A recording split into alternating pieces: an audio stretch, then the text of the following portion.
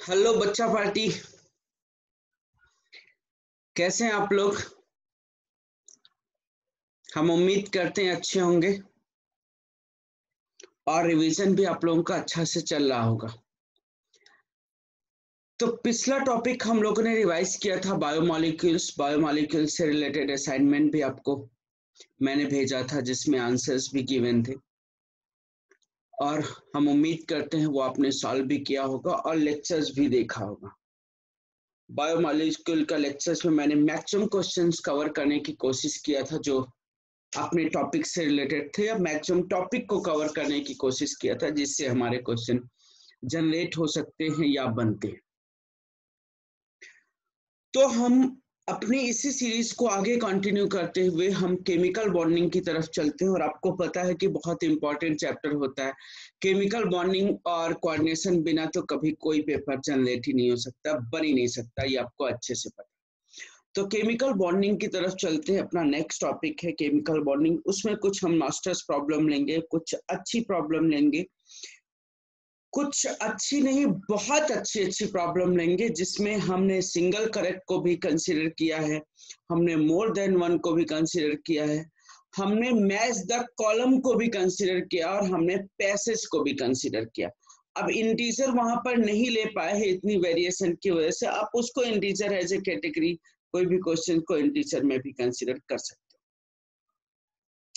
अच्छे से प्रॉब्लम लिए हैं और मैं इसमें मैच द कॉलम मैंने तीन कॉलम मैच के क्वेश्चन लिए हुए हैं। ट्राई किया कि तीन कॉलम के मैचेस क्वेश्चन जो बहुत पहले आईआईटी ने एक बार पूछा हुआ था उसके बाद नहीं पूछा है, लेकिन हमने इसमें लेने की कोशिश किया हुआ है कि उनको सॉल्व कैसे करेंगे, उनके लिए फास्ट कैसे होगा, तीन कॉलम मैच हम किस तरीके से आइडेंटिफाई करेंगे। तो यहाँ पर मैं उसको थोड़ा सा आपको आइडेंटिफाई करने के बारे में बताऊंगा, ठीक है।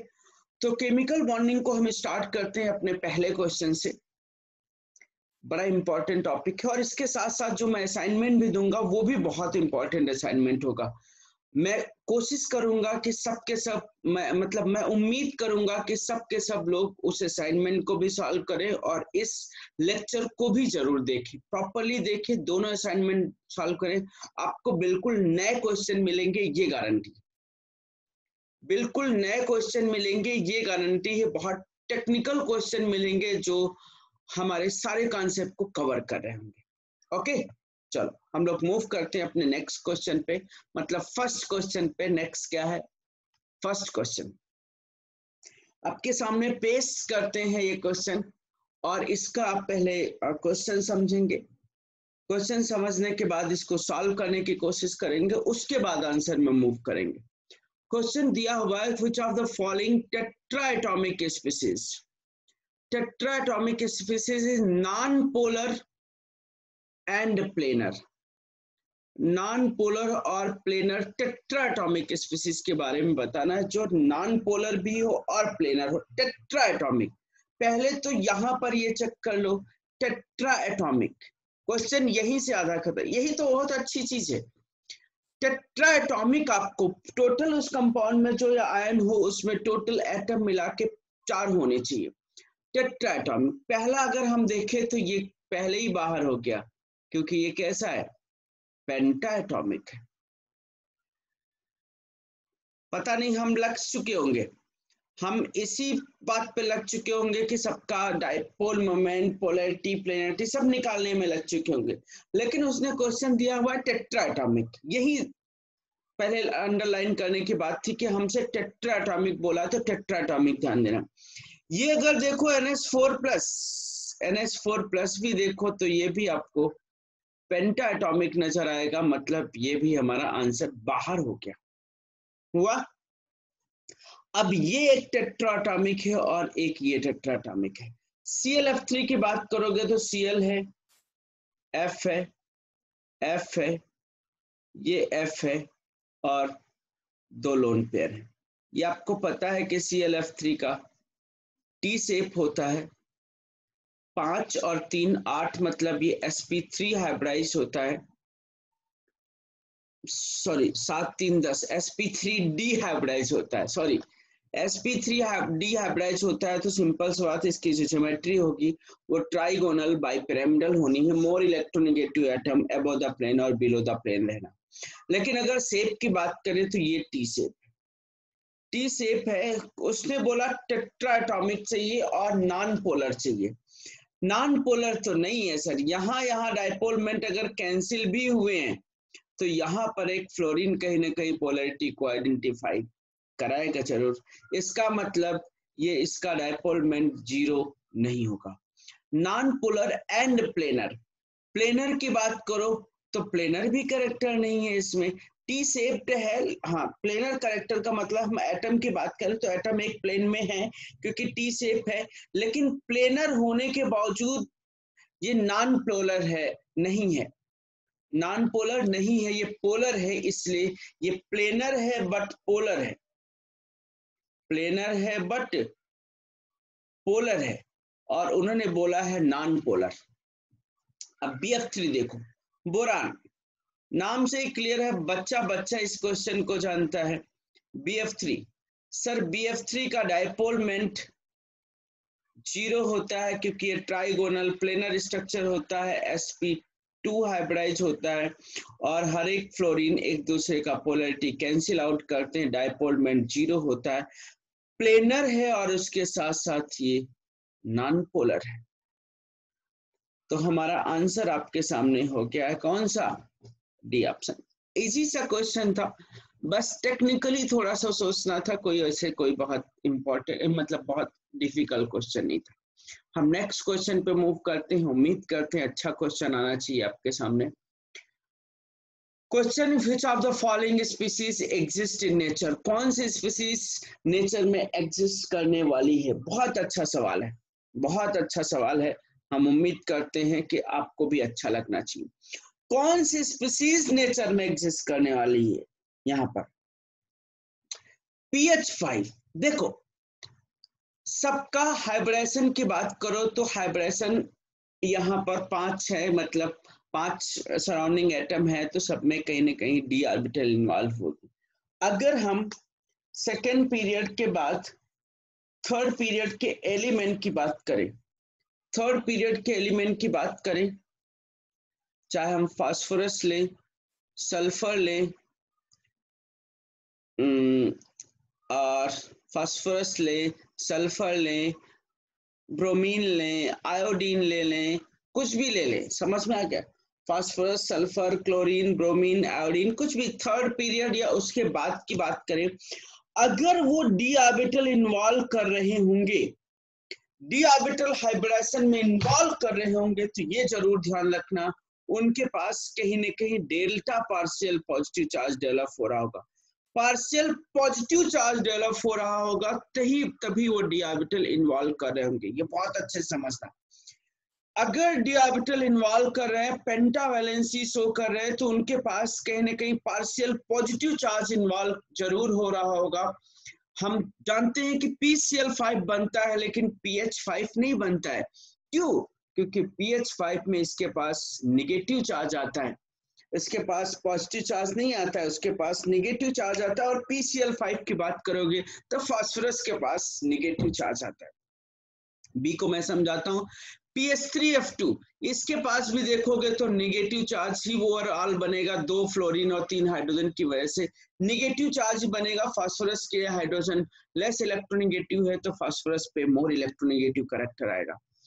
PCH3 का होल 5, PCH3 का होल 5 फिगर देखो तो कार्बन की इलेक्ट्रोनेगेटिविटी का फैक्टर CH3 अपना प्लस आई इफेक्ट ऑपरेट करेगा, इसके पास भी कहीं ना कहीं पार्शियल नेगेटिव चार्ज बनेगा।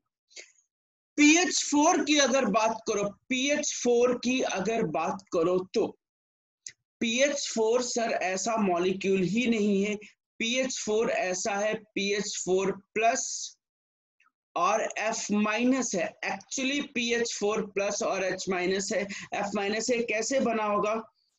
PH3 और HF से फॉर्म हुआ होगा, PH3 और HF। PH3 आपका लुईस बेस होगा और ये एसिड होगा, लुईस बेस होगा और ये एसिड होगा, तो इसने H प्लस लिया होगा तो ये बनाया होगा PH4 प्लस और F माइनस। जैसे हम बात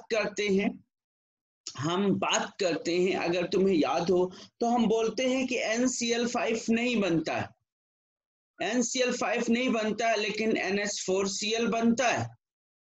NH4Cl इस वजह से नहीं बनता है, NH4Cl एक्चुअली आयोनिक स्पीसीज है, NH4 प्लस और Cl माइनस है, इसलिए ये बनता है, समझा। अब अगर सोचे कि pH5 के बारे में, दिमाग में आ सकता है कि pH5 के बारे में भी तो हम सोच सकते हैं, pH4 प्लस और H माइनस, ऐसा भी सोच सकते हैं। नहीं, ये नहीं हो सकता, आयोनिक रीजन है उसका, क्योंकि अगर ये H माइनस है तो ये स्ट्रॉन्ग बेस है, स्ट्रॉन्ग बेस है तो सर ये H प्लस ले लेगा, और H प्लस लेगा तो ये H2 में एग्जिस्ट करेगा और pH3 बनेगा। pH5 बन ही नहीं सकता, pH3 और H2 बनेगा। pH3 और F2 ऐसा नहीं बोल सकते कि pH3 2 माइनस और 2F माइनस, आयनिक करेक्टर है नहीं, और इसको तो हमको बाहर ही कंसीडर करना। क्वेश्चन बहुत अच्छा था। Which of the following species exist in nature? pH5 exist नहीं कर सकता। वो कंपाउंड जिनमें डी ऑर्बिटल अगर इन्वॉल्व हो रही है, pH4 प्लस एक्चुअली sp3 डिहाइब्रिडेशन नहीं होता है, वो सिर्फ और सिर्फ sp3 हाइब्रिडेशन होता है। अगर डी ऑर्बिटल किसी के साथ इन्वॉल्व हो रही है तो उसके पास partial positive charge central atom के पास जरूर आ रहा होगा, तभी डी ऑर्बिटल उसके इन्वॉल्व हो रहेगी, मतलब सराउंडिंग वाले की इलेक्ट्रोनेगेटिविटी सेंट्रल वाले से ज्यादा चाहिए, सराउंडिंग वाले की इलेक्ट्रोनेगेटिविटी सेंट्रल वाले से ज्यादा चाहिए। ये बात तुमको अच्छे से ध्यान रखनी, बहुत टेक्निकली बहुत अच्छी बात है ये, समझ में आया? तो बहुत अच्छे से इस बात को आपको ध्यान रखना है कि सराउंडिंग वाले की इलेक्ट्रोनेगेटिविटी सेंट्रल से ज्यादा चाहिए। स्पीसीज बोला था, अगर यहाँ कंपाउंड बोला होता, देखना सवाल को, अगर यहाँ कंपाउंड बोला होता तो कंपाउंड इन चारों में से कोई नहीं एग्जिस्ट करता। स्पीसीज का मतलब यहाँ कंपाउंड से नहीं, स्पीसीज का मतलब वो आयन के फॉर्म में भी एग्जिस्ट कर सकता है, वो आयन के फॉर्म में भी एग्जिस्ट कर सकता है, इसलिए उसने स्पीसीज बोला। कंपाउंड यहीं पर बोला होता तो इसमें से कोई भी कंपाउंड एग्जिस्ट नहीं करता, क्योंकि pH4 प्लस और F माइनस एक कंपाउंड का फॉर्म नहीं, वो तो आयोनिक स्पीसीज है। हम उम्मीद करते हैं आपको समझा होगा। टेक्निकली क्वेश्चन बहुत अच्छा था, टेक्निकल क्वेश्चन था, दिमाग में ये बिठा के रखने वाला क्वेश्चन था, किसी तरीके का कोई कंफ्यूजन नहीं होना चाहिए यहाँ पर, क्योंकि एक स्टेप में अगर आपको कॉन्सेप्ट नहीं पता होगा तो गारंटी के साथ कहते हैं ये सॉल्व करना बहुत डिफिकल्ट होगा। तो जब कभी भी डी ऑर्बिटल इन्वॉल्व करा रहे हो, इसका मतलब सराउंडिंग एटम की इलेक्ट्रोनेगेटिविटी सेंट्रल वालों से ज्यादा होगी, तभी डी ऑर्बिटल इन्वॉल्व होने वाले होंगे। सराउंडिंग की इलेक्ट्रोनेगेटिविटी सेंट्रल वालों से ज्यादा होगी तभी डी ऑर्बिटल इन्वॉल्व होगा। यहाँ पर सराउंडिंग लेस इलेक्ट्रोनेगेटिव है, अब CH3 यहाँ पर देने का काम करने वाला, इसलिए उसके पास भी पार्शियल नेगेटिव चार्ज आना। PMe3 पढ़ा होगा, PPH3 पढ़ा होगा, PCH3 का होल थ्राइस पढ़ा होगा, कभी PCH3 का होल फिफ्थ नहीं पढ़ा हुआ, तो ये आपको ध्यान में रखने की बात है, इसको आपको अच्छे से समझने का पार्ट था। समझ गए? बैलेंस नहीं बन पा रहा चेयर का। चलो नेक्स्ट क्वेश्चन पे चलते हैं, अच्छा सवाल था। नेक्स्ट क्वेश्चन देखते हैं, which species exist in ground state as well as first excited state? Ground state as well as first excited state. आपको क्वेश्चन में मजा ना आए तो गारंटी पैसा वापस है सर, मजा ना आए क्वेश्चन में तो पैसा वापस है, आपको मजेदार क्वेश्चन मिलेंगे, ये गारंटी लेते हैं। Which species exist in ground state as well as first excited state? कौन सी स्पीसीज ग्राउंड स्टेट और फर्स्ट एक्साइटेड स्टेट में एग्जिस्ट करने वाली? बहुत अच्छा सवाल है, कोई कंफ्यूजन का पार्ट यहाँ पर नहीं होना चाहिए, एकदम क्लियर कट आंसर आ जाना चाहिए। ट्राई करो एक बार, उसके बाद हम इसको सॉल्व करने की कोशिश करेंगे। देखो हम पहले हाइड्रोजन छोटे एटम से बात करते हैं, H2 का मतलब 2 इलेक्ट्रॉन, 2 इलेक्ट्रॉन, MOT के थ्रू बताएंगे 1s 2s, मतलब sigma 1s sigma star 1s sigma 2s sigma star 2s। ऐसे हम शॉर्ट में समझा रहे हैं एनर्जी डायग्राम को, ठीक है। या तुम हाइड्रोजन के लिए ऐसे भी समझ सकते थे, एक ये H एटम, ऐसे भी समझो, कोई प्रॉब्लम नहीं, जैसे तुमको समझ में आए सर वैसे समझो।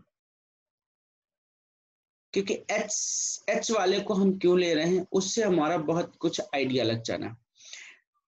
एक इलेक्ट्रॉन इस H का पहले ये सिग्मा 1s में जाना और सिग्मा स्टार में जाना। सिग्मा 1s में गया तो एग्जिस्ट करना है, क्योंकि बॉन्ड ऑर्डर यहाँ पर 2 आ जाना। लेकिन जब एक्साइट हुआ तो एक क्वेश्चन में समझ लोगे तो शायद दूसरे क्वेश्चन में हमको समझाना इजी रहेगा और आपको भी समझना इजी रहेगा। जब ये ग्राउंड स्टेट की बात थी, टाइम लगने वाला है क्वेश्चन को समझाने में, ये ग्राउंड स्टेट की बात थी और ये बात कर रहे हैं एक्साइटेड स्टेट की। ये ग्राउंड स्टेट की हाइड्रोजन की बात थी और ये एक्साइटेड स्टेट की, यहाँ एक इलेक्ट्रॉन H2 की बात कर रहे हैं। ये ग्राउंड स्टेट में है, एक एक्साइटेड स्टेट है, एक मतलब ये सिग्मा है और एक सिग्मा स्टार है। सर बताओ बॉन्ड ऑर्डर क्या हो जाना है, क्या हो जाना है? एक बॉन्डिंग इलेक्ट्रॉन है, एक एंटी बॉन्डिंग इलेक्ट्रॉन है, इसका मतलब वो एग्जिस्ट नहीं कर सकता। उसने बोला कि ग्राउंड स्टेट में एग्जिस्ट करे और उसकी फर्स्ट एक्साइटेड स्टेट में एग्जिस्ट करे, ग्राउंड स्टेट में भी एग्जिस्ट करे और फर्स्ट एक्साइटेड स्टेट में भी एग्जिस्ट करे। ग्राउंड स्टेट में तो एग्जिस्ट कर सकता है लेकिन फर्स्ट एक्साइटेड स्टेट में एग्जिस्ट नहीं कर सकता, इसका मतलब ये तो ऐसे ही बाहर हो गया। अब Li2 का देखते हैं, Li2 का देखते हैं, कितने इलेक्ट्रॉन, लिथियम का एटॉमिक नंबर 3, तो टोटल कितने इलेक्ट्रॉन, 6 इलेक्ट्रॉन। देखो 1 2 3 4 5 और 6, ये कौन सा स्टेट है, ग्राउंड स्टेट। समझ सब लोग, प्रॉब्लम की बात नहीं। ग्राउंड स्टेट की अगर हम एक्साइटेड स्टेट की बात कर दें, एक्साइटेड स्टेट की बात कर दें, हम इतने ही बता रहे हैं, sigma 1s sigma star 1s sigma 2s sigma star 2s। First excited state का मतलब एक इलेक्ट्रॉन यहाँ और एक इलेक्ट्रॉन यहाँ, एक इलेक्ट्रॉन वहां और दूसरा इलेक्ट्रॉन वहां। लिथियम की बात करने जा रहे थे, Li2 की बात कर रहे थे, मतलब 6 इलेक्ट्रॉन की बात कर रहे थे। बताओ ये तो बॉन्डिंग एंटी बॉन्डिंग कैंसिल, ये भी एंटी बॉन्डिंग बॉन्डिंग कैंसिल, इसका मतलब ये ग्राउंड स्टेट में Li2 हो सकता था लेकिन फर्स्ट एक्साइटेड स्टेट में Li2 एग्जिस्ट नहीं करेगा, इसीलिए तो मैंने इस ऑप्शन को बाहर कर दिया। अब जिन जिन ऑप्शन में Li2 है तो उनको तो ऐसे ही बाहर कर सकते, ये टेक्निकल पॉइंट है, चारों ऑप्शन सॉल्व करने की जरूरत नहीं। मैंने हाइड्रोजन से स्टार्ट किया, हाइड्रोजन से समझाना इजी था क्योंकि 2 इलेक्ट्रॉन थे, अदरवाइज मैं सीधे ऑक्सीजन भी ले सकता था। Li2 जिनमें है उनको तो ऐसे बाहर कर दो, मतलब ये भी बाहर हो गया क्योंकि Li2 नहीं एग्जिस्ट करेगा। O2 एग्जिस्ट करे या ना करे वो बात की बात है, मैं बता दूंगा अभी। Li2 यहाँ पर भी है, ये भी एग्जिस्ट नहीं करेगा। अब हम O2 और N2 को बता ही देते हैं, O2 और N2 को बता देते हैं।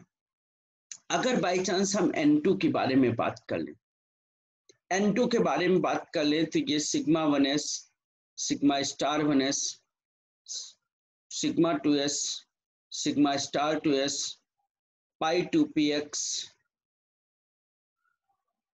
और पाई 2py sigma 2pz pi star 2px pi star 2py and sigma star 2pz। चलो नाइट्रोजन के लिए बात करते हैं, एक इसी में आइडिया ले लेते हैं।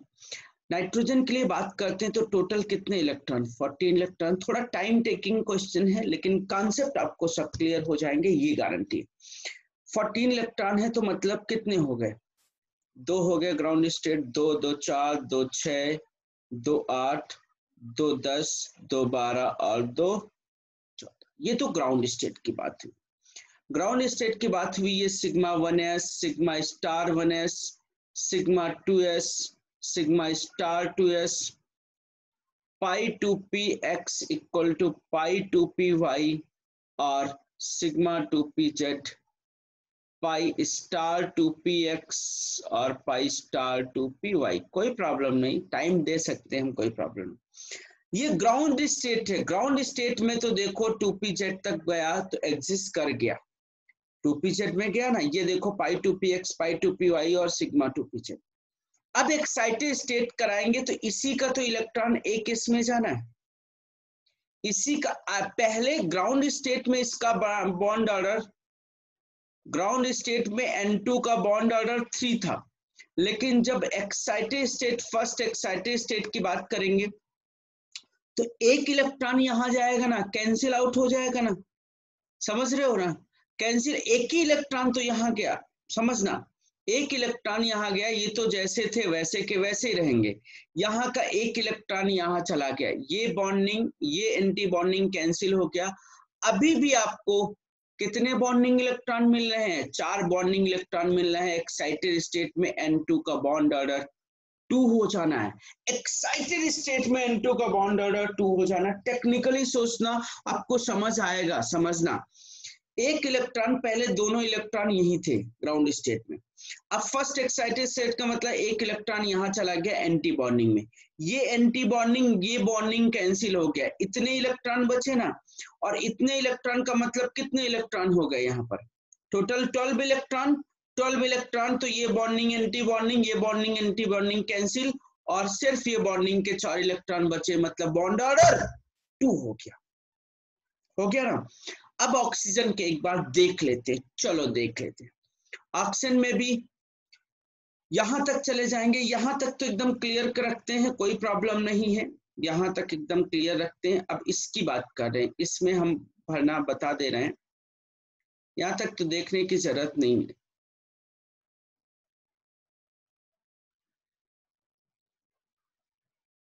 कोई प्रॉब्लम नहीं, हम चाहे वो एसपी मिक्सिंग से बताए, नॉन मिक्सिंग से बताए, उसका भी दिमाग यहाँ लगाने की जरूरत नहीं। अगर लगा रहे हो तो कोई प्रॉब्लम नहीं, लगा लो, हम इसको चेंज कर लेते, नहीं तुम कहोगे कि सर वहाँ आपने उसकी एनर्जी का क्या कर दिया।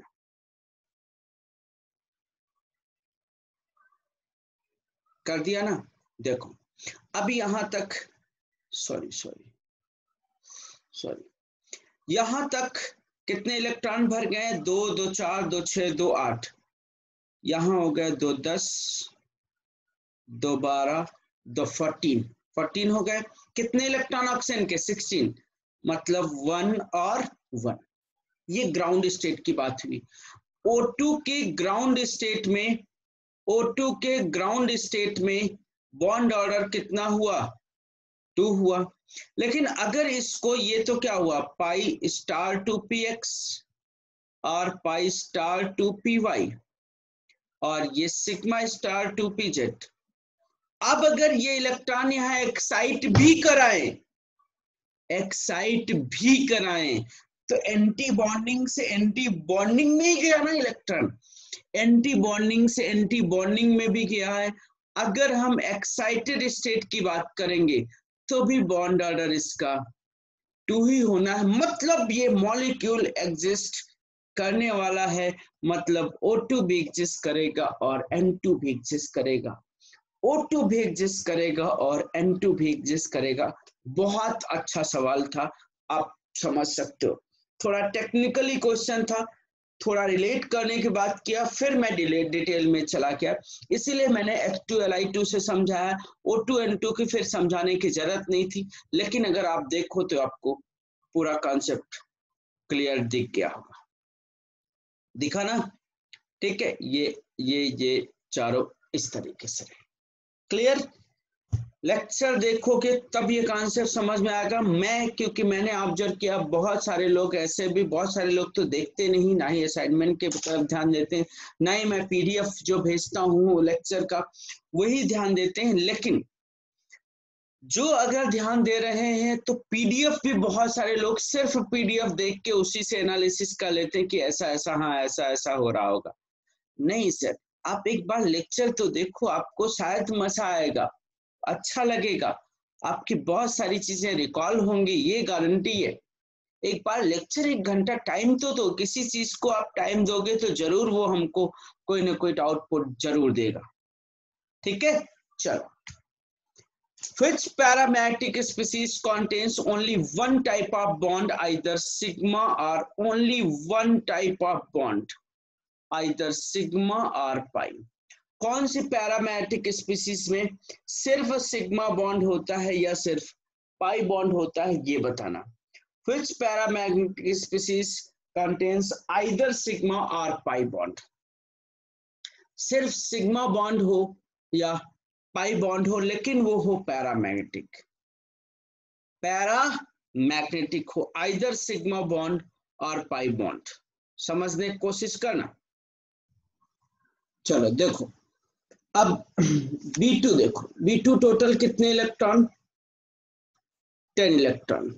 10 इलेक्ट्रॉन का मतलब क्या हुआ? Sigma 1s, sigma star 1s, sigma 2s, sigma star 2s, पाई 2px और पाई 2py और सिग्मा 2pz। देखो 2 2 4 2 6 2 8 1 9 और 1 10। बहुत अच्छे से उसने बोला है पैरामैग्नेटिक स्पीसीज सिर्फ एक टाइप की बॉन्डिंग हो, पैरामैग्नेटिक हो और वो भी सिर्फ एक टाइप की बॉन्डिंग हो। सिंपल सी बात, ये पैरामैग्नेटिक है और सिर्फ B2 में क्या होता है? B2 में सिर्फ 1 पाई बॉन्ड होता है। पैरामैग्नेटिक होता है, 1 पाई बॉन्ड होता है, पैरामैग्नेटिक होता है B2। एक ही पाई बॉन्ड होता है सर, एक ही पाई बॉन्ड होता है, पैरामैग्नेटिक होता है। बॉन्ड ऑर्डर 1 होता है, 1 + 1/2, 2/2 इज 1। बॉन्ड ऑर्डर 1 आ जाना है, लेकिन वो पाई बॉन्ड का करेक्टर होता है। अगर हम C2 की बात करें, मतलब टोटल 14 इलेक्ट्रॉन, तो ये भी 2 और ये भी 2, मतलब उसका बॉन्ड ऑर्डर कितना हो जाना है? बोलो कितना हो जाना बॉन्ड ऑर्डर? 2 हो जाना। तो इसके पास 2 सिर्फ और सिर्फ पाई बॉन्ड होते हैं, 2 सिर्फ और सिर्फ पाई बॉन्ड होते हैं। C2 में सिर्फ और सिर्फ दोनों के दोनों पाई बॉन्ड होते हैं, लेकिन दोनों के दोनों सेम टाइप के बॉन्ड है, लेकिन वो डायमैग्नेटिक होता है। दोनों के दोनों सेम टाइप के बॉन्ड है, लेकिन वो डायमैग्नेटिक है, क्योंकि यहाँ पर भी पेयर हो जाएगा और यहाँ पर भी पेयर हो जाएगा, तो डायमैग्नेटिक हो जाएगा। इसमें भी सेम टाइप की बॉन्डिंग है, सेम टाइप की बॉन्डिंग है। ये B2 C2 इसलिए मैंने बोल दिया क्योंकि आसपास के एक के पास 10 इलेक्ट्रॉन थे और इसके पास 12 इलेक्ट्रॉन थे, इसलिए आसानी से इसी स्ट्रक्चर से समझाने की बात कर ली हमने। तो B2 पैरामैग्नेटिक है, लेकिन C2 डायमैग्नेटिक है, दोनों के पास सेम टाइप के बॉन्ड है। तो आपका ये आंसर तो बाहर हो गया। अभी ये दिखा हमको, ठीक, ये दिखा क्योंकि सेम टाइप का बॉन्ड है, आइदर सिग्मा और पाई बॉन्ड। ठीक है, अब देखो O2। O2 की अगर बात करो तो O2 का बॉन्ड ऑर्डर 2 होता है, बॉन्ड ऑर्डर 2 होता है ना? बॉन्ड ऑर्डर 2 होता है, जिसमें एक सिग्मा बॉन्ड होता है और ये पैरामैग्नेटिक होता है। पैरामैग्नेटिक, चलो एक बार लिख के बता देते हैं। Sigma 1s, sigma star 1s, sigma 2s, sigma star 2s, sigma 2pz, पाई 2px, पाई 2py, pi star 2px, pi star 2py। तो 2 इलेक्ट्रॉन, 2 2 4 2 6 2 8 2 10 2 12 2 14 और 1 15 और 1 16, 15 और 1 16, ये कैंसिल, ये कैंसिल। अभी बॉन्ड ऑर्डर 2 आ चुका होता है, 16 इलेक्ट्रॉन ना, तो बॉन्ड ऑर्डर 2 आ चुका होता है, तो एक सिग्मा बॉन्ड तो हो चुका होता है, लेकिन उसके साथ 1.5 एक सिग्मा बॉन्ड हो चुका होता है ना, क्लियर, ये क्लियर ना, एकदम क्लियर, सिग्मा 2pz का एक सिग्मा बॉन्ड हो चुका होता है, और ये एक पाई बॉन्ड हो चुका होता है, ये एक पाई बॉन्ड हो चुका होता है। उसके साथ साथ इसमें भी एक तो हाफ पाई बॉन्ड होता है, तो एक सिग्मा बॉन्ड होता है एंड 1.5 कैसा होता है, पाई बॉन्ड का करेक्टर होता है, 1.5 पाई बॉन्ड का करेक्टर, वो भी न छोड़ो, उसको भी मत समझो 1.5 क्या आया, लेकिन ये समझ में आता है कि बॉन्ड ऑर्डर 2 होता है, बॉन्ड ऑर्डर इसका 2 होता है, लेकिन दोनों के दोनों ना सिग्मा होते ना ही दोनों के दोनों पाई बॉन्ड, यहीं से समझ में आ रहा है 1.5 है नहीं है, छोड़ो रहने दो।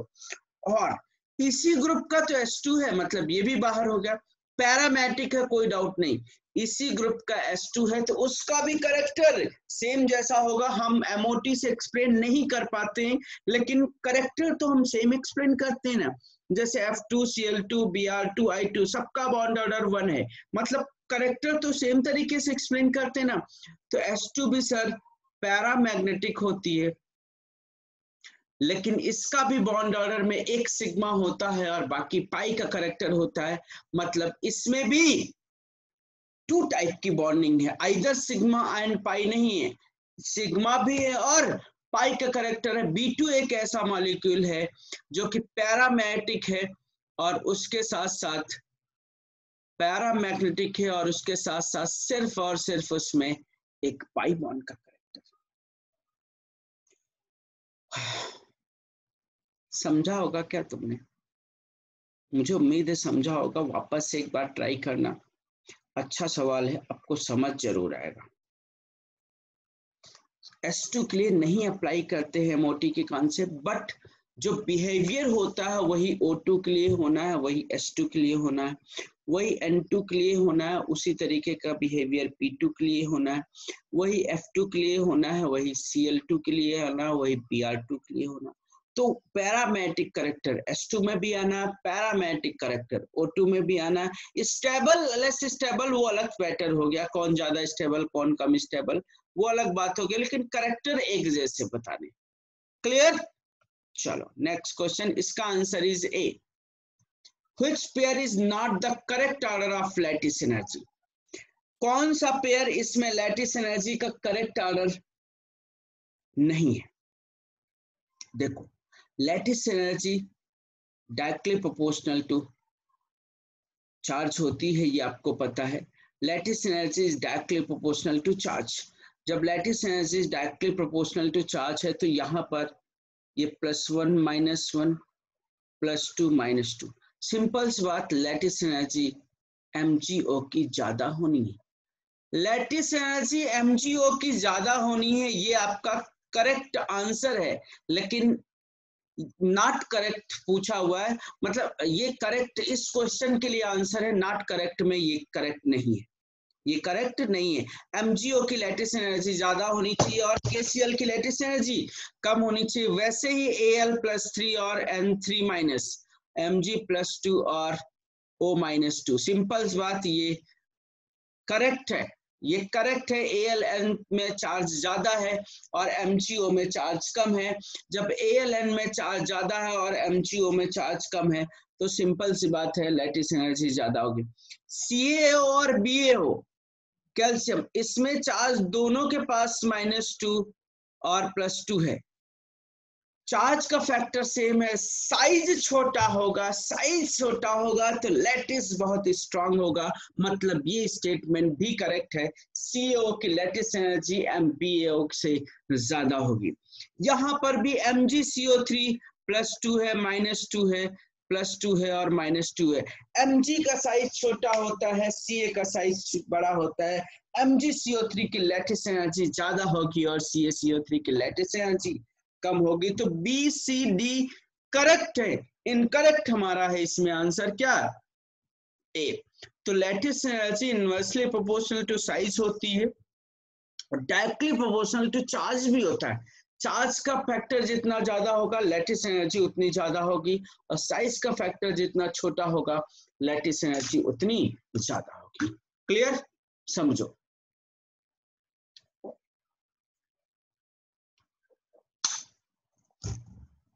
ठीक, चलो नेक्स्ट क्वेश्चन पे चलते हैं। In the cyanide ion, negative charge is on. यार ये सवाल तो बहुत गलत चला गया, बहुत आसान सा क्वेश्चन है। साइनाइड आयन मतलब सी ट्रिपल बॉन्ड एन, बड़ा आसान सा क्वेश्चन था। C triple bond N, C triple bond N, nitrogen के पास तो अपने 5 हैं, तो माइनस रखने का कोई मतलब ही नहीं है। कार्बन के पास उसने एक्स्ट्रा लिया है, मतलब उसके पास नेगेटिव चार्ज आ जाएगा। तो cyanide negative charge is on carbon atom, not nitrogen. ठीक है, चलो। Which species contains both p pi and p pi d pi bonds? But ये क्या बात है, p pi भी है और p pi d pi भी है, but having only one type of bond length. Bond length उसकी एक ही टाइप की। p pi भी है और p pi d pi भी है, लेकिन उसकी बॉन्ड लेंथ एक ही टाइप की है। तो p pi और p pi d pi के बारे में बात किया है, ये हमको देखना है। अब ध्यान से समझना बहुत। और only one type of bond length, मतलब सबकी बॉन्ड लेंथ जो है वो बराबर है। पहला देखो ClO2 प्लस, ClO2 प्लस को मतलब अगर हम देखें तो ClO2 O2 लोन पेयर और प्लस। अगर इसका हाइब्रिडेशन देखो तो हाइब्रिडेशन देखो तो क्या दिखेगा आपको, क्लोरीन वैलेंस इलेक्ट्रॉन 7, 1 प्लस का मतलब 6, 6 का मतलब कैसा हो गया, दिस इज sp2 हाइब्रिडाइज। आपको जो कॉन्सेप्ट पता हो उसके अकॉर्डिंग हाइब्रिडेशन निकालना। sp2 क्लोरीन sp2 हाइब्रिडाइज हो गया। जब क्लोरीन sp2 हाइब्रिडाइज हो गया तो अब चेक करते हैं इसके पास p pi d pi है या p pi d pi भी है। देखो sp2 है, बहुत लॉजिकल, बहुत अच्छे से समझना, आराम से कोशिश करना। बहुत प्रॉब्लम होती p pi और p pi d pi निकालने के लिए, तो मैं आपको शायद बहुत अच्छा तरीका बता सकूं। इसका sp2 हाइब्रिडेशन है, इसका मतलब इस क्लोरीन के पास अभी भी एक p ऑर्बिटल अवेलेबल है जो हाइब्रिडेशन में नहीं पार्टिसिपेट की। p ऑर्बिटल अवेलेबल है जो हाइब्रिडेशन में पार्टिसिपेट नहीं की है, और ऑक्सीजन तो p ही होती है, सिर्फ ऑक्सीजन की p ही होती है, उसके पास तो d होती नहीं क्योंकि वो सेकेंड पीरियड के एलिमेंट है। तो एक तो इसके पास p पाई और p पाई आ जाएगा, क्योंकि इसके पास भी एक p अवेलेबल है और ऑक्सीजन के पास तो p ही होती है। अब p जितनी भी है वो इन्वॉल्व हो गई क्लोरीन की। क्लोरीन थर्ड पीरियड का है, क्लोरीन थर्ड पीरियड का है, तो p के साथ साथ इसके पास 3d भी होगा। अभी p तो खाली नहीं बची, जब खाली नहीं बची तो इसके पास d होगा, और ऑक्सीजन के पास तो सिर्फ क्या होती है, p होती है। तो इसके पास एक इन्वॉल्व होगा d पाई और p पाई। हाइब्रिडेशन निकालो, अगर बची है तो p इन्वॉल्व होगी, नहीं बची है पाई बॉन्ड बना रहा है तो सर d पाई कर सकते हो आराम से, इजी सा क्वेश्चन। अब दूसरी चीज बोला है p पाई भी है और p पाई d पाई भी है, और उसके साथ बोला है कि having one type of bond length, मतलब बॉन्ड लेंथ जो है सेम होना चाहिए। यस सर, इसमें रेजोनेंस होगा ना, और जब रेजोनेंस होगा तो जो पाई बॉन्ड है एक ओ से दूसरे ओ में डिलोकलाइज होता रहेगा। जब डिलोकलाइज होता रहेगा तो बॉन्ड लेंथ क्या हो जाएगी, सेम हो जाएगी, मतलब ये करेक्ट आंसर हो जाएगा। SO2 की बात करो, अगर SO2 की भी अगर बात करो तो सल्फर के पास 6 इलेक्ट्रॉन, 6 का मतलब ये sp2 हो गया, sp2 हो गया तो एक p खाली है, मतलब इसके पास p पाई भी है और p पाई d पाई भी है। सल्फर के p पाई ऑक्सीजन के साथ किया, और अब p तो पूरी इन्वॉल्व हो गई, तो बची होगी d। दूसरा पाई बॉन्ड जो ऑक्सीजन के साथ बनाया होगा वो d ऑर्बिटल सल्फर की इन्वॉल्व होगी, और p ऑर्बिटल ऑक्सीजन की इन्वॉल्व होगी। इसमें भी बच्चा देखो किसी तरीके का कोई अलग एटम नहीं है, दोनों सेम एटम है, तो इसमें भी रेजोनेंस होगा, और रेजोनेंस होगा तो दोनों बॉन्ड लेंथ क्या होंगी, सेम होगी। SO3 देखो, SO3 सल्फर ट्राइऑक्साइड, चलो देखो, sulphur trioxide is also sp2 hybridised. sp2 hybridised trigonal trigonal planar है, तो sp2 है, sp2 है तो एक p है, मतलब एक p पाई होना है, और दूसरा सर d पाई और p पाई होना है, और तीसरा भी सर p पाई और d पाई होना है, क्योंकि sp2 था तो एक ही तो p खाली बची थी, एक p जो हाइब्रिडेशन में नहीं इन्वॉल्व हुई है वो ऑक्सीजन के साथ उसने पाई बॉन्ड बना लिया, लेकिन जब वो पाई बॉन्ड बना लिया तो बाकी सल्फर के पास डी ऑर्बिटल रही होंगी, और जब डी ऑर्बिटल रही होंगी तो वो ऑक्सीजन के साथ पाई बॉन्ड बना रही होंगी, तो ऑक्सीजन के साथ डी पाई पी पाई बना रहे होंगे, क्योंकि ऑक्सीजन के पास तो सिर्फ पी ऑर्बिटल। समझे बच्चा पार्टी? अब NO2 को देखो, ये हो गया क्लियर। और अच्छा, अभी रेजोनेंस भी देखना, रेजोनेंस का फैक्टर इसमें देखो, नहीं देख पा रहे हो तो तीनों बॉन्ड लेंथ एकदम बराबर है, क्योंकि एटम तीनों सेम है, कोई प्रॉब्लम की बात ही नहीं, इनमें बॉन्ड लेंथ एक ही टाइप की होगी, सब बॉन्ड लेंथ सेम होगी। NO2 माइनस की अगर बात करें तो NO2 माइनस NO2 ना नाइट्रोजन के पास डी ऑर्बिटल है, ना ऑक्सीजन के पास डी ऑर्बिटल है, एक पाई बॉन्ड बना होगा तो सर पी पाई और पी पाई से बना होगा, एकदम क्लियर है, एकदम क्लियर है। sp2 हाइब्रिडाइज होगा तो p ही ऑर्बिटल होगी, कि d तो ना नाइट्रोजन के पास है ना ही ऑक्सीजन के पास है, बॉन्ड लेंथ तो सेम होगी, लेकिन इसके पास p पाई ही है, पी पाई डी पाई नहीं है। बॉन्ड लेंथ तो सेम है, लेकिन पी पाई है, पी पाई डी पाई नहीं है, तो answer is A B and C. समझा क्या? जरूर समझा होगा। आप अपने लॉजिक से अप्लाई करो, नहीं समझ में आता, हो सकता हमने आपको ना पढ़ाया हो तो आपको हमारे लॉजिक ना समझ में आओ, आपको जो लॉजिक पता है वो आप अप्लाई करो, लेकिन क्वेश्चन मैं दे रहा हूं तो क्वेश्चन आप मेरा देखो, ठीक है? चलो नेक्स्ट क्वेश्चन पे चलते। देखो सर, बहुत अच्छे से इस क्वेश्चन को देखो और सॉल्व करने की कोशिश करो, आपको नया क्वेश्चन ही मिलेगा। Which molecular species exists for both X carbon है एंड सल्फर, X कार्बन है और X सल्फर। यहाँ पर देखो अगर तो XO2 का मतलब CO2 भी हो सकता है और SO2 भी हो सकता है, यहाँ पर CO3 भी हो सकता है और SO3 भी हो सकता है, क्योंकि कार्बन और सल्फर बोला।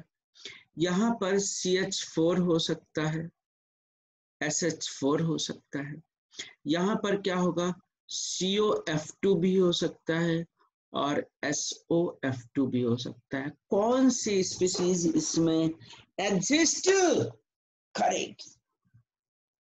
चलो इतना मैंने बता दिया, अब बाकी सोचो। इसमें तो कुछ बड़ा आसान सा सवाल है, सिर्फ थोड़ा सा लॉजिकल सोचना था बस। XO2 CO2 SO2 कोई प्रॉब्लम नहीं, एग्जिस्ट करेगी, कोई प्रॉब्लम, हमने बचपन से सुना है। CO3 नहीं सुना है सर, SO3 सुना है, क्योंकि कार्बन के पास 6 इलेक्ट्रॉन हो ही नहीं सकते वैलेंस, जब वैलेंस 6 इलेक्ट्रॉन नहीं हो सकते तो CO3 बनने का कोई चांसेस ही नहीं वहां पर, ठीक, इसका मतलब ये नहीं हो सकता है। अब देखो XS4 CH4 हो सकता है, SH4 हो सकता है क्या? SH4 हो सकता है क्या? सल्फर के पास नेगेटिव चार्जेस है, और अगर SH4 है, डी ऑर्बिटल इन्वॉल्व हो रहेगी, क्योंकि सल्फर 6 और 4 10, मतलब sp3d सोच रहे होगे, और जब d तभी सोच रहे होगे जब सराउंडिंग एटम की इलेक्ट्रोनेगेटिविटी सेंट्रल एटम से ज्यादा होगी, ओवरऑल सेंट्रल एटम पे नेगेटिव चार्ज डेवलप ना होके पॉजिटिव चार्ज डेवलप हो जाए तो वो एग्जिस्ट कर जाएगा। तब अभी मैंने पीछे लॉजिक बताया था आपको। अगर हाइब्रिडेशन निकालो, हाइब्रिडेशन में अगर डी का पार्ट इन्वॉल्व हो रहा है और डी का पार्ट इन्वॉल्व हो रहा है, ओवरऑल सेंट्रल एटम के पास पार्शियल पॉजिटिव चार्ज डेवलप हो रहा है, इसका मतलब वो एग्जिस्ट कर जाएगा, कोई प्रॉब्लम नहीं। लेकिन अगर पार्शियल पॉजिटिव नहीं डेवलप हो रहा है तो वो एग्जिस्ट नहीं कर पाएगा। सर SH4 नहीं एग्जिस्ट कर सकता, SH2 एग्जिस्ट कर सकता है, दैट इज H2S। sp3 है वो एग्जिस्ट कर जाएगा, D इन्वॉल्व होने पे सर नेगेटिव वाला एग्जिस्ट नहीं करेगा, इसका मतलब ये भी नहीं होगा। XOF2 मतलब COF2, सर कोई प्रॉब्लम नहीं, इसमें डी का कोई मैटर नहीं, आराम से COF2 COCl2 तो सुना होगा ना हमने कार्बोनिल कॉइल, जब COCl2 बन सकता है तो COF2 बन सकता है, किसी तरीके का कोई ऑब्जेक्शन का पार्ट ही नहीं, एकदम क्लियर सा क्वेश्चन है।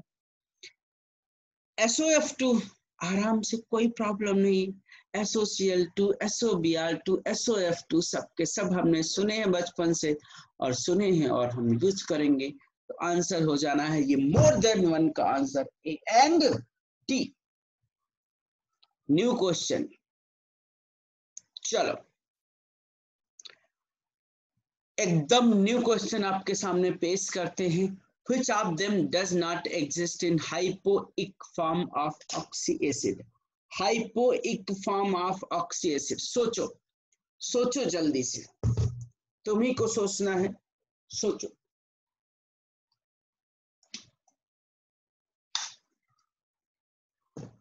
हाइपोइक form of oxy acid, oxy acid में हाइपो भी नाम लगे और हाइपो के साथ इक भी नाम लगे, इतना बात आपको सोचना है और समझना है। जल्दी से बताओ,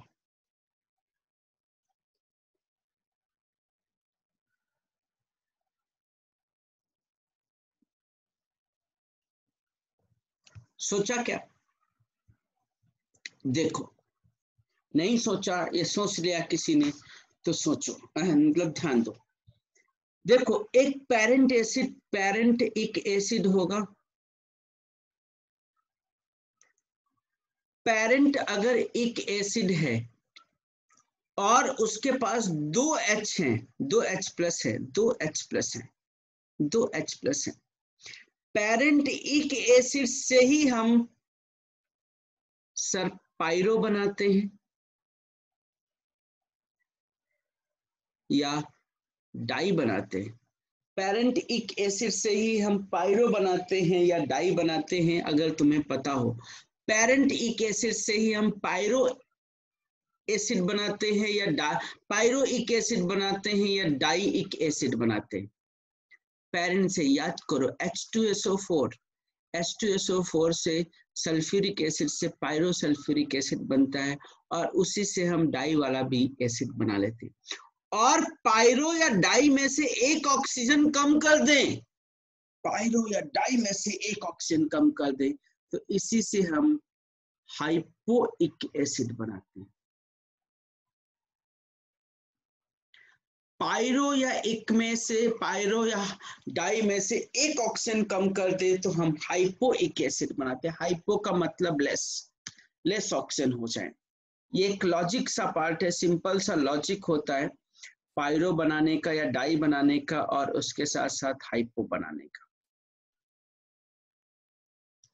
देखते हैं अप्लाई कैसे करना। नाइट्रोजन का इक एसिड देखो, नाइट्रोजन का अगर इक एसिड देखो तो आपको HNO3 नजर आएगा।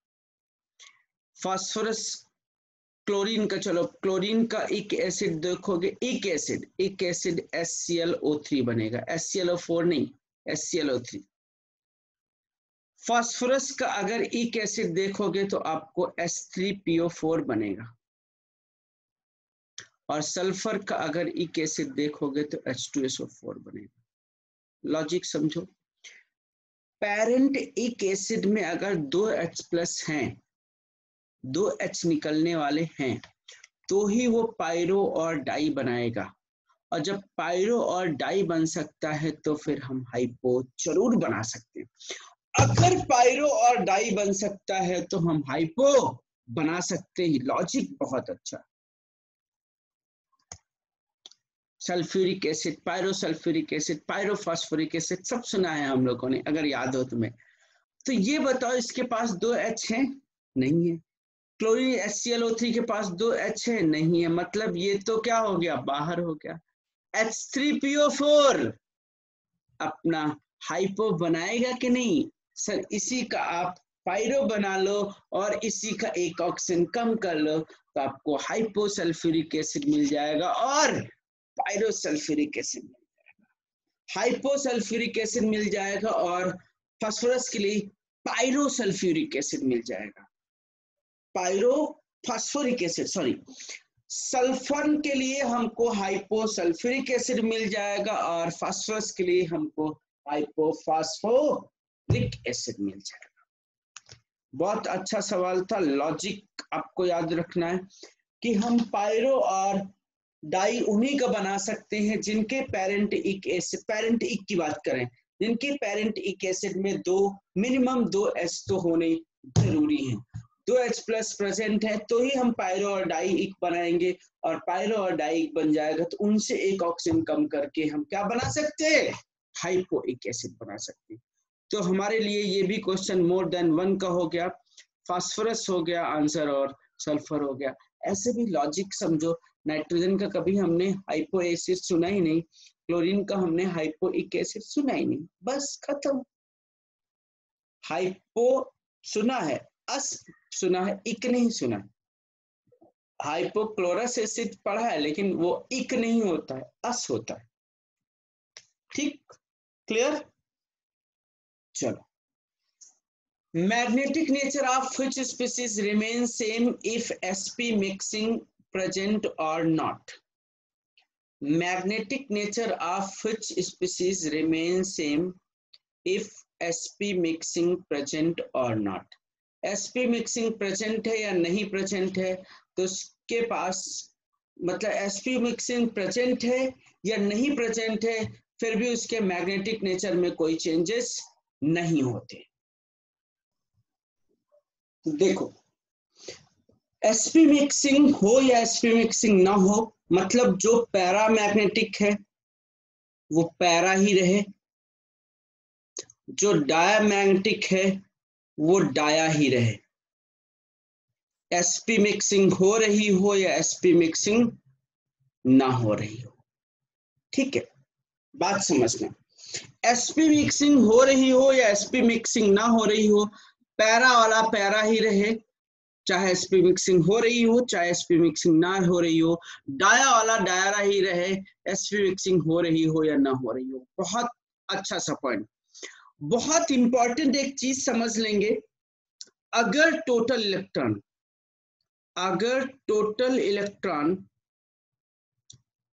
10 या 12 हैं, 10 या 12 है, एक ट्रिक जैसा समझना है इसको। अगर टोटल इलेक्ट्रॉन 10 या 12 हैं तो ही sp मिक्सिंग का मैग्नेटिक मोमेंट में फर्क पड़ता है, अदरवाइज नहीं पड़ता है। 10 या 12 इलेक्ट्रॉन हैं तो ही मैग्नेटिक मोमेंट पे फर्क पड़ता है sp मिक्सिंग होने का या sp मिक्सिंग नहीं होने का। कब? अगर 10 इलेक्ट्रॉन है या 12 इलेक्ट्रॉन है तो sp मिक्सिंग होने का फर्क पड़ता है मैग्नेटिक मोमेंट पे।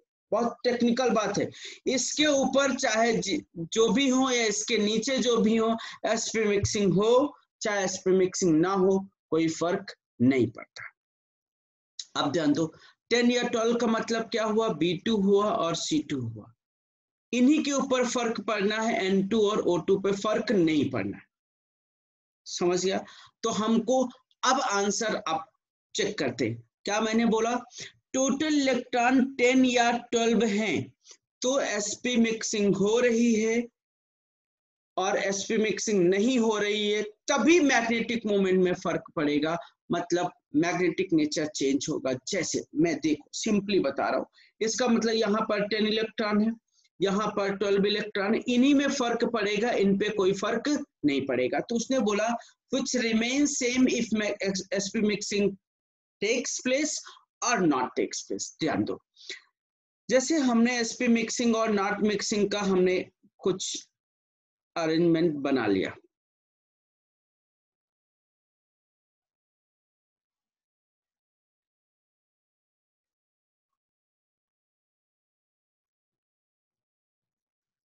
ये ले बना लिया एक और दूसरा ये बना लिया,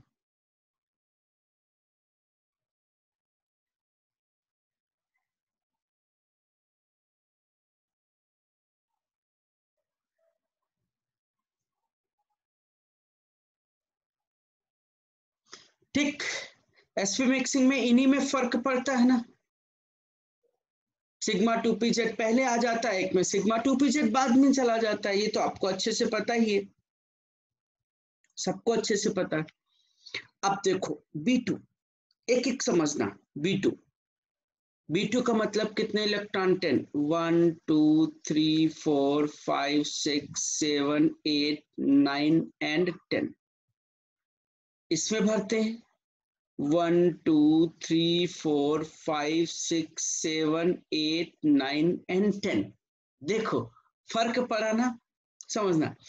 sp मिक्सिंग हुई है और एक में sp मिक्सिंग नहीं हुई है, एक में पैरामैग्नेटिक करैक्टर आया है और एक में कैसा करैक्टर आया है? डायामैग्नेटिक करैक्टर आया है। एक में पैरामैग्नेटिक करैक्टर आया है और एक में डायामैग्नेटिक करैक्टर आया है। एक में विदाउट sp मिक्सिंग का पार्ट है, एक में विद sp मिक्सिंग का पार्ट। इसका मतलब sp मिक्सिंग होने या sp मिक्सिंग ना होने का फर्क सिर्फ कितने इलेक्ट्रॉन पे पड़ा है? 10 पे। अब 12 पे देखो, ये कितने हुआ? 10 तक हो गया, 11 और 12। ठीक, यहां देखो 11 और 12, फर्क फिर पड़ गया। देखो 12 वाले में sp मिक्सिंग हुई है तो एक करैक्टर आया है, sp मिक्सिंग नहीं हुई है तो एक करैक्टर आया, मतलब मैग्नेटिक मोमेंट एक में पैरामैग्नेटिक हो गया और एक में डायमैग्नेटिक हो गया। इसका मतलब ये क्लियर कट। अब N2 बात करते हैं 14 की, यहां तक 12 भर चुके थे, N2 की बात करते हैं 14 का मतलब कितना हो गया? ये एक इलेक्ट्रॉन, ये दूसरा इलेक्ट्रॉन, तो 12 to 14 हो गए। यहां पर अगर 14 भरोगे तो ये एक इलेक्ट्रॉन, ये इलेक्ट्रॉन, ये भी सर डायमैग्नेटिक है, ये भी डायमैग्नेटिक है, कोई फर्क नहीं पड़ा इस पे। N2 पे चाहे sp मिक्सिंग हुई हो चाहे sp मिक्सिंग ना हुई हो, मैग्नेटिक मोमेंट पे कोई फर्क नहीं पड़ा। अब अगर हम O2 ले 16 इलेक्ट्रॉन, ये 14 हो गए, 15 और 16, ये करोगे तो 15 और 16, देखो sp मिक्सिंग हुई हो चाहे sp मिक्सिंग ना हुई हो, मैग्नेटिक मोमेंट में कोई फर्क नहीं पड़ा है। क्वेश्चन आपके सामने था, magnetic nature of which species remain same if sp mixing present or not? Answer is C and D। एकदम नया क्वेश्चन, आप देख नहीं सकते हो इस क्वेश्चन को कहीं पर, एकदम न्यू क्वेश्चन, टेक्निकल पार्ट था, इसलिए समझना बहुत जरूरी था, लेक्चर देखना बहुत जरूरी था। ठीक, एक एक करके समझाया मैंने, समझने की कोशिश करना, ना समझ में आए तो आप मुझे डाउट के फॉर्म में जरूर पूछना कि ये हुआ तो कैसे हुआ। ठीक है, चलो next question. Choose the correct option regarding KHF2, regarding KHF2, KHF2 is Fermi salt, KHF2 is K plus and HF2 minus, HF2 minus का मतलब F, H, F और माइनस, और अगर हाइड्रोजन बॉन्ड से देखो तो F माइनस, ये H और F, इस तरीके से KHF2।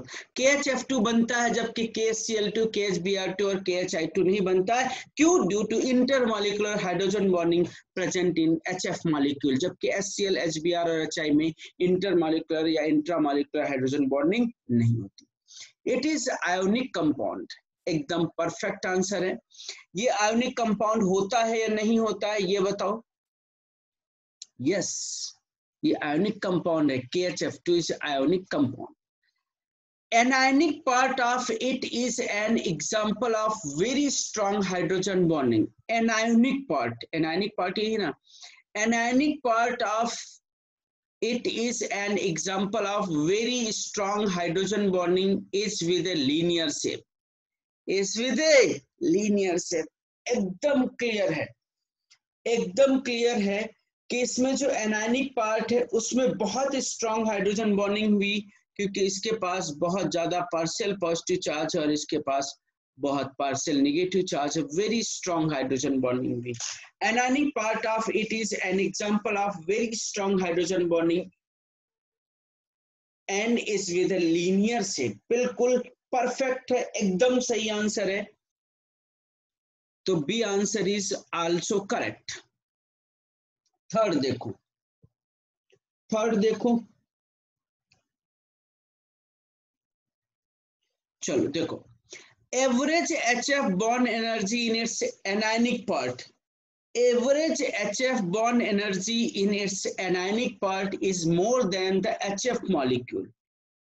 एनायनिक पार्ट में एवरेज बॉन्ड एनर्जी ज्यादा होगी HF मॉलिक्यूल से। सोचो, एवरेज एवरेज निकालना है। देखो ये वीक वीक है, एवरेज तो कमी हो जाना, और HF एक मॉलिक्यूल है जिसमें प्योर कोवेलेंट बॉन्ड है, उसमें इलेक्ट्रोस्टैटिक फोर्स ऑफ अट्रैक्शन बहुत ज्यादा होगा। तो average bond HF bond energy in its anionic part is not more than, this will be less than HF molecule। ये स्टेटमेंट गलत है, ठीक। FH bond distance in anionic part, FH bond FH bond distance in anionic part of KHF2 is less than the FH bond distance in HF। समझना, FH bond distance in anionic part of KHF2, anionic part हो क्या, FH bond distance in anionic part of KHF2 is less than the FH bond distance in HF। देखो HF आपका pure molecule है और यहाँ FH की बात कर रहा है, FH में बॉन्ड डिस्टेंस लेस होगी या बॉन्ड डिस्टेंस ज्यादा होगी। सोचो, हाइड्रोजन बॉन्ड है, एवरेज बॉन्ड डिस्टेंस तो कम ही बढ़ ही जानी है, एवरेज बॉन्ड डिस्टेंस तो बढ़ ही जाना है, समझ लो आप, बढ़ ही जाना, क्योंकि एक पार्शियल बॉन्ड है और एक प्योर कोवेलेंट बॉन्ड है। तो एवरेज अगर निकालोगे तो एवरेज डॉटेड लाइन है, हाइड्रोजन बॉन्डिंग, हाइड्रोजन बॉन्ड बड़ा होगा और HF का प्योर कोवेलेंट बॉन्ड है वो बॉन्ड छोटा होगा। उसने बोला FH bond distance in anionic part, FH bond distance in anionic part is less than the FH bond distance in HF। बताओ करेक्ट है क्या? हाइड्रोजन बॉन्ड है वहां पर, एवरेज बॉन्ड डिस्टेंस बढ़ जाएगी मतलब एनर्जी क्या हो जाएगी, कम हो जाएगी, कम हो जाएगी। तो ऊपर वाले से ही चीज से ही तो रिलेटेड था, ये स्टेटमेंट भी गलत है। मुझे उम्मीद है आपको क्वेश्चन समझ में आया होगा, लॉजिक समझ में आया होगा, कॉन्सेप्ट समझ में आया होगा। अभी तक सिर्फ ये क्वेश्चन आपने देखा रहा होगा कि KHF2 एग्जिस्ट करता है क्यों, लेकिन KHF2 के ऊपर इतने सवाल बन सकते हैं ये नहीं सोचा रहा होगा। चलो नेक्स्ट चलते हैं। Which overlapping can be used in pi bond formation of SOF4? SOF4 के बनाते वक्त कौन सी ओवरलैपिंग पाई बॉन्ड में यूज कर देंगे? और उसके आगे भी लिखा if SO bond present along the x axis, SO bond along the x axis present है, SO bond along the x axis present है, तो आपको बोला है कि कौन कौन सी ओवरलैपिंग यूज होगी पाई बॉन्ड फॉर्मेशन में। SOF4, SOF4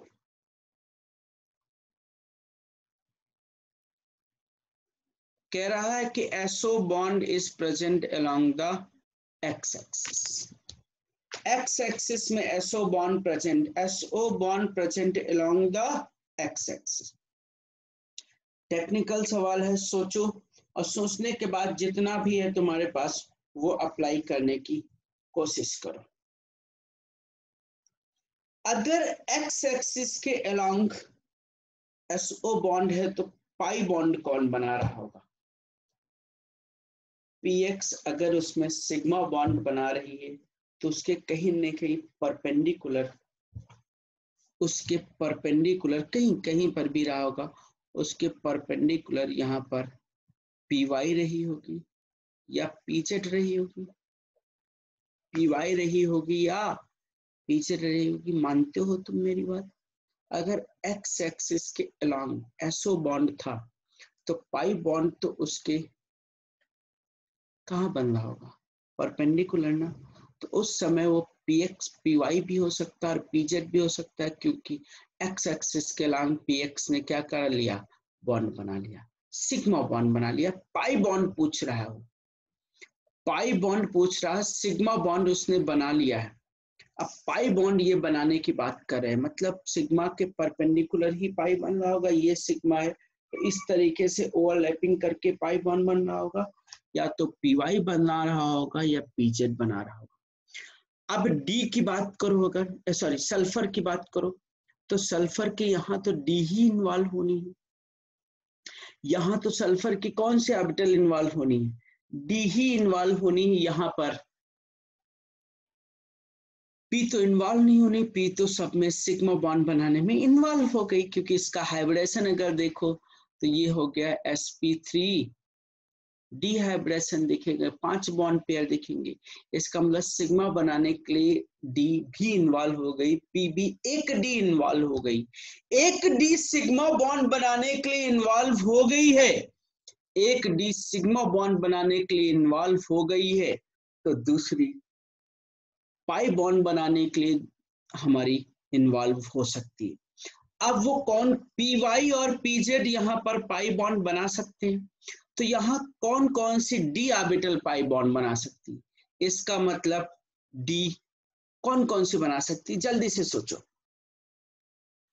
डी कौन कौन सी पाई बॉन्ड बना सकती, एक तो डी वाईजेड बना सकती है, वाई और जेड एक्सिस के अलोंग पाई बॉन्ड बन सकता है। एक कौन सा पाई बॉन्ड बन सकता है, सोचो, एक डी वाई जेड बना सकती है, और एक कौन सी बना सकती है, डी एक्स जेड बना सकती है, डी वाई जेड भी बना सकती है, और डी एक्स जेड भी ऑर्बिटल पाई बॉन्ड का फॉर्मेशन कर सकती है, डी वाई जेड भी पाई बॉन्ड बना सकती है, डी जेड एक्स ऑर्बिटल भी पाई बॉन्ड का फॉर्मेशन कर सकती है। कौन सा पाई बॉन्ड,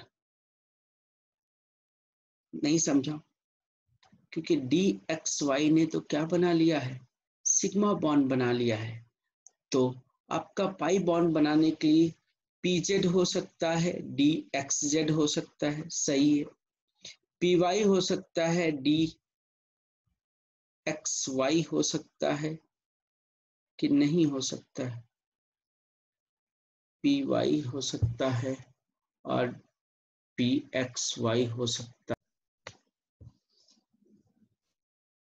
क्या गलती हो रही है इसमें, which overlapping can be used in pi bond formation in SOF4, so SO bond present if SO bond present along x-axis। एक बार दोबारा ट्राई करते हैं, this is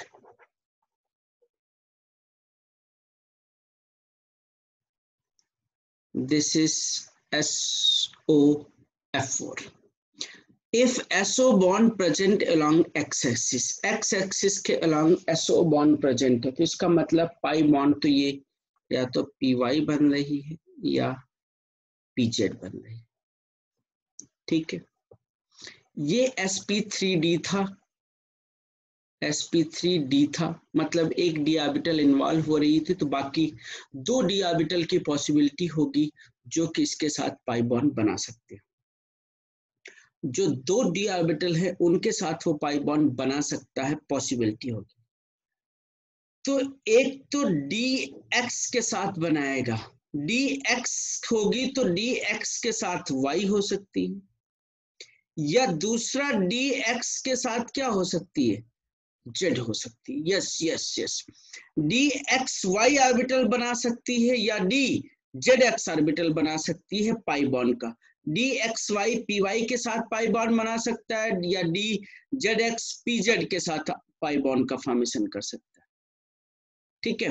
तो अब चेक करते, p x d x Y, p x d x y तो नहीं बना रहे होंगे pi bond along in SO4, p y और d x z, p y और डी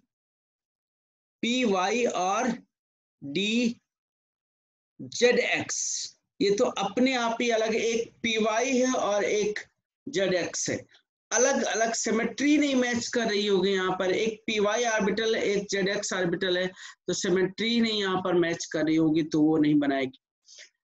दूसरा अगर बात करें पी वाई और, ये तो हो गया पी जेड और x z, P Z x और पी जेड, और पी वाई और dxy, यस ये सिमेट्री मैच कर रही होगी, ये दोनों बना रहे होंगे। थोड़ा सा टेक्निकल क्वेश्चन है, नहीं समझ में आए तो आप छोड़ सकते हो, क्योंकि थोड़ा प्रॉब्लमेटिक मुझे भी लगा।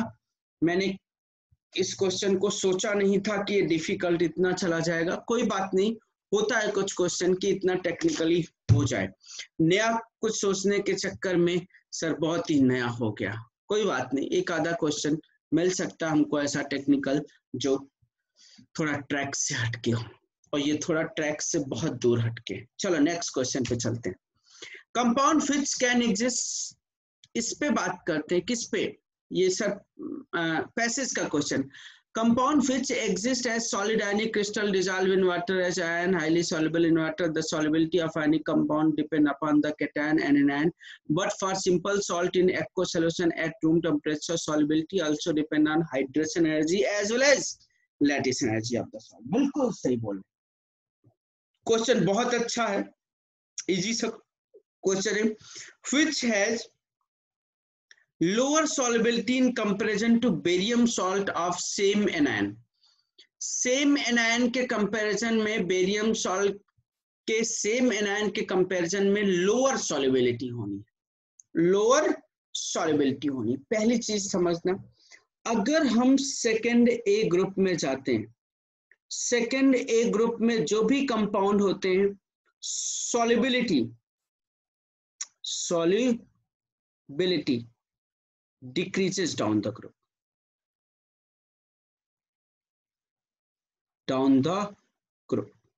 जितने भी हैं सेकेंड ए ग्रुप में सबकी सॉल्युबिलिटी डिक्रीज होती है, एक्सेप्ट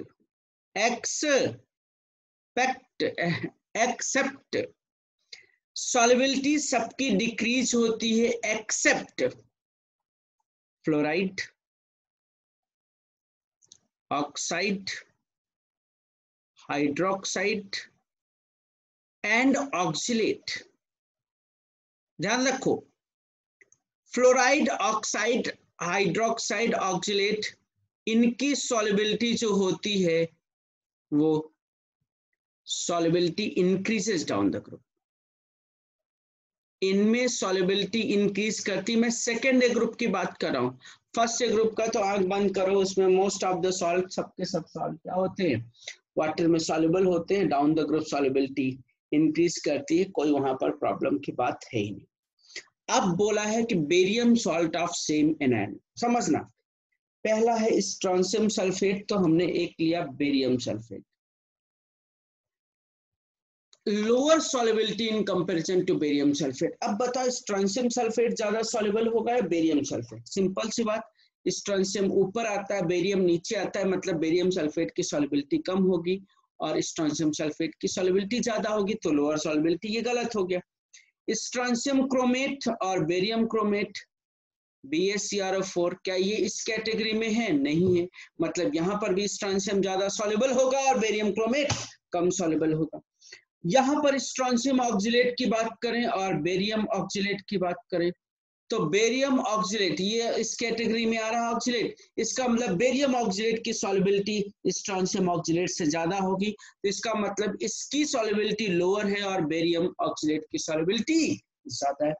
स्ट्रोंशियम कार्बोनेट और बेरियम कार्बोनेट ले लें, स्ट्रोंशियम कार्बोनेट लिया और बेरियम कार्बोनेट लिया, मतलब यहाँ पर है स्ट्रोंशियम कार्बोनेट ऊपर की कैटेगरी में, इसका मतलब स्ट्रोंशियम कार्बोनेट ज्यादा सॉल्युबल होगा और बेरियम कार्बोनेट कम सॉल्युबल होगा। उसने बोला है लोअर सॉल्युबिलिटी, इसका मतलब क्लियर सा आंसर है, आंसर इज सी। बहुत अच्छे से इस पार्ट को याद रखो, इंपॉर्टेंट पार्ट है, पहले भी बताया गया है, आपको अच्छे से समझ में आना चाहिए। नेक्स्ट क्वेश्चन सेम क्वेश्चन है, उसका सेकंड क्वेश्चन, सेम पैराग्राफ का सेकंड क्वेश्चन पे चलते। Which of them has highest tendency to form hydrated compound? Okay, बहुत अच्छा, वेरी गुड क्वेश्चन। किसकी टेंडेंसी सबसे ज्यादा हाइड्रेटेड कंपाउंड फॉर्म करने की? ये भी सब एल्कलाइन अर्थ मेटल है। ध्यान देना, हाइड्रेशन जो होता है, हाइड्रेशन जो होता है, हाइड्रेटेड कंपाउंड की जो सॉल्युबिलिटी, हाइड्रेट फॉर्मेशन टेंडेंसी, ऐसे लिखो, ऐसे लिखे तो बहुत अच्छा रहेगा। Sorry,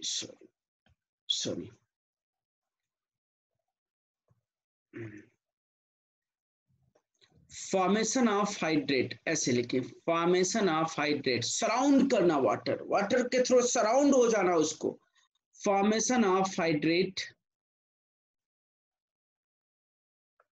is directly proportional to polarizing power, या polarizing power inversely proportional to size कर सकते हैं। तो जितना छोटा साइज होगा इसका मतलब हाइड्रेट बनाने की टेंडेंसी उतनी ज्यादा होगी, जितना छोटा साइज होगा उसकी हाइड्रेट बनाने की टेंडेंसी उतनी ज्यादा होगी। बहुत अच्छा सवाल है।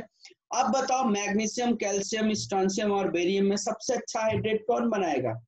That is magnesium chloride. देखो कैसे, इसमें होता है MgCl2 dot 8H2O, MgCl2 dot 8H2O, 8 water molecule surround करते हैं।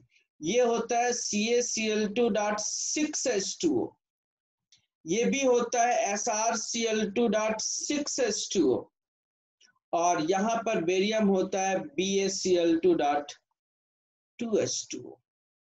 तो डाउन द ग्रुप साइज बढ़ेगा, पोलराइजिंग पावर कम होगी, वाटर के थ्रू हाइड्रेट फॉर्म करने की टेंडेंसी भी क्या हो जाएगी? कम हो जाएगी। इसीलिए इनके फॉर्मूला भी हमने हाइड्रेट के फॉर्म में मेंशन कर दिए। अच्छा सवाल था, आप ट्राई तो करो।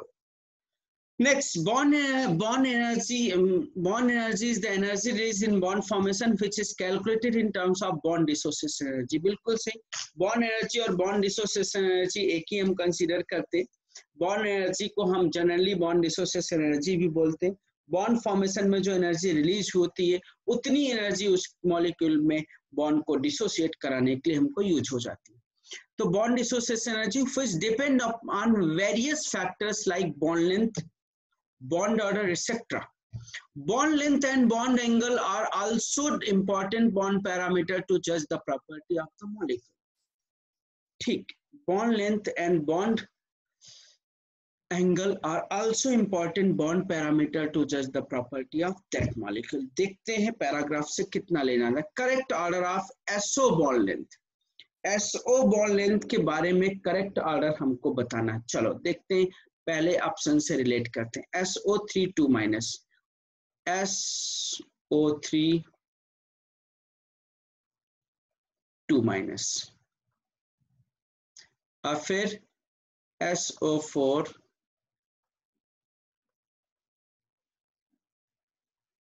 2 माइनस, और फिर क्या है? SO2 है, SO3 है, और फिर क्या है? SO2 है।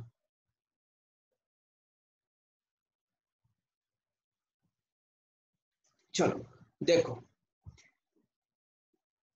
Correct order of SO bond length, bond length के बारे में SO बॉन्ड लेंथ हमको आप समझाना है कि SO बॉन्ड लेंथ कितनी होगी। बताओ, जल्दी से सोच के बताना। देखो बॉन्ड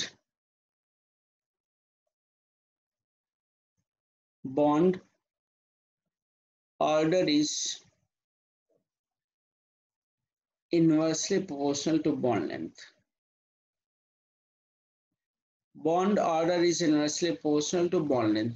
बॉन्ड ऑर्डर जितना ज्यादा होगा बॉन्ड लेंथ उतनी छोटी होगी। 3 बॉन्ड ऑर्डर है, 2 बॉन्ड ऑर्डर है, तो उसके कंपेयर में बॉन्ड ऑर्डर जितना ज्यादा होगा बॉन्ड लेंथ उतनी छोटी होगी। ठीक है, अब ध्यान दो, इसका जो बॉन्ड ऑर्डर अगर SO3 2 माइनस के निकालोगे तो कितने? 1 2 3 4, दैट इज 4/3 आना है बॉन्ड ऑर्डर इसका। Total number of bonds between 2 atom in all the bonds, all the atom divided by total number of adjoining structure। ठीक है, ये होता था।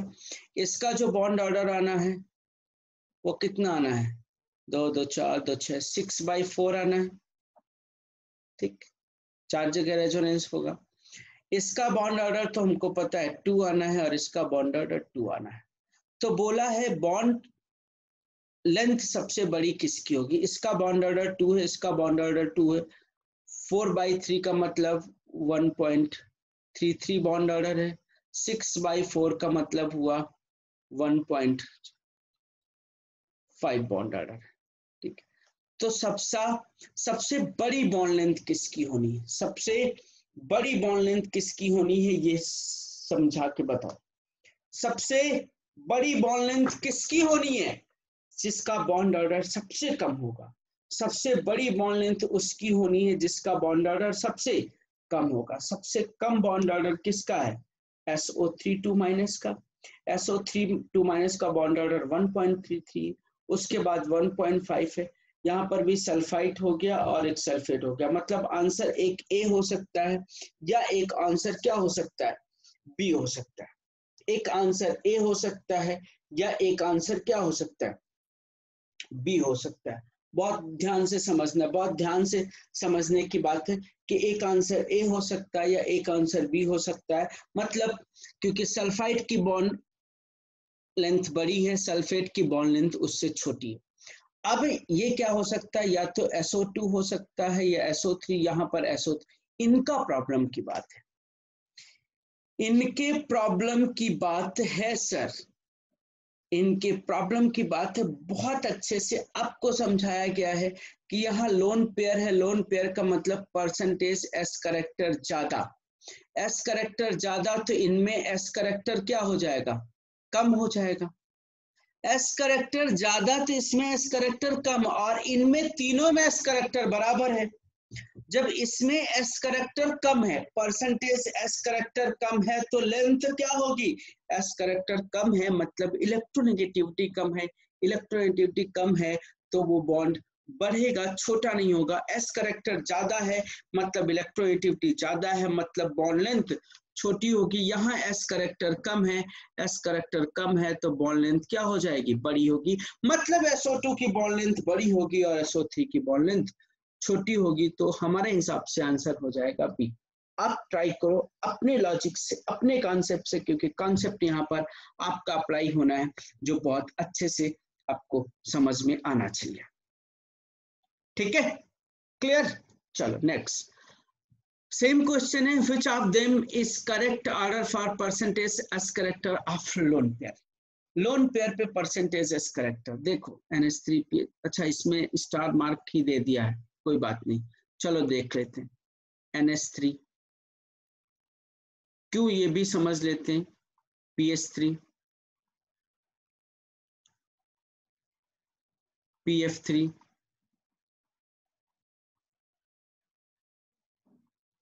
और NF3।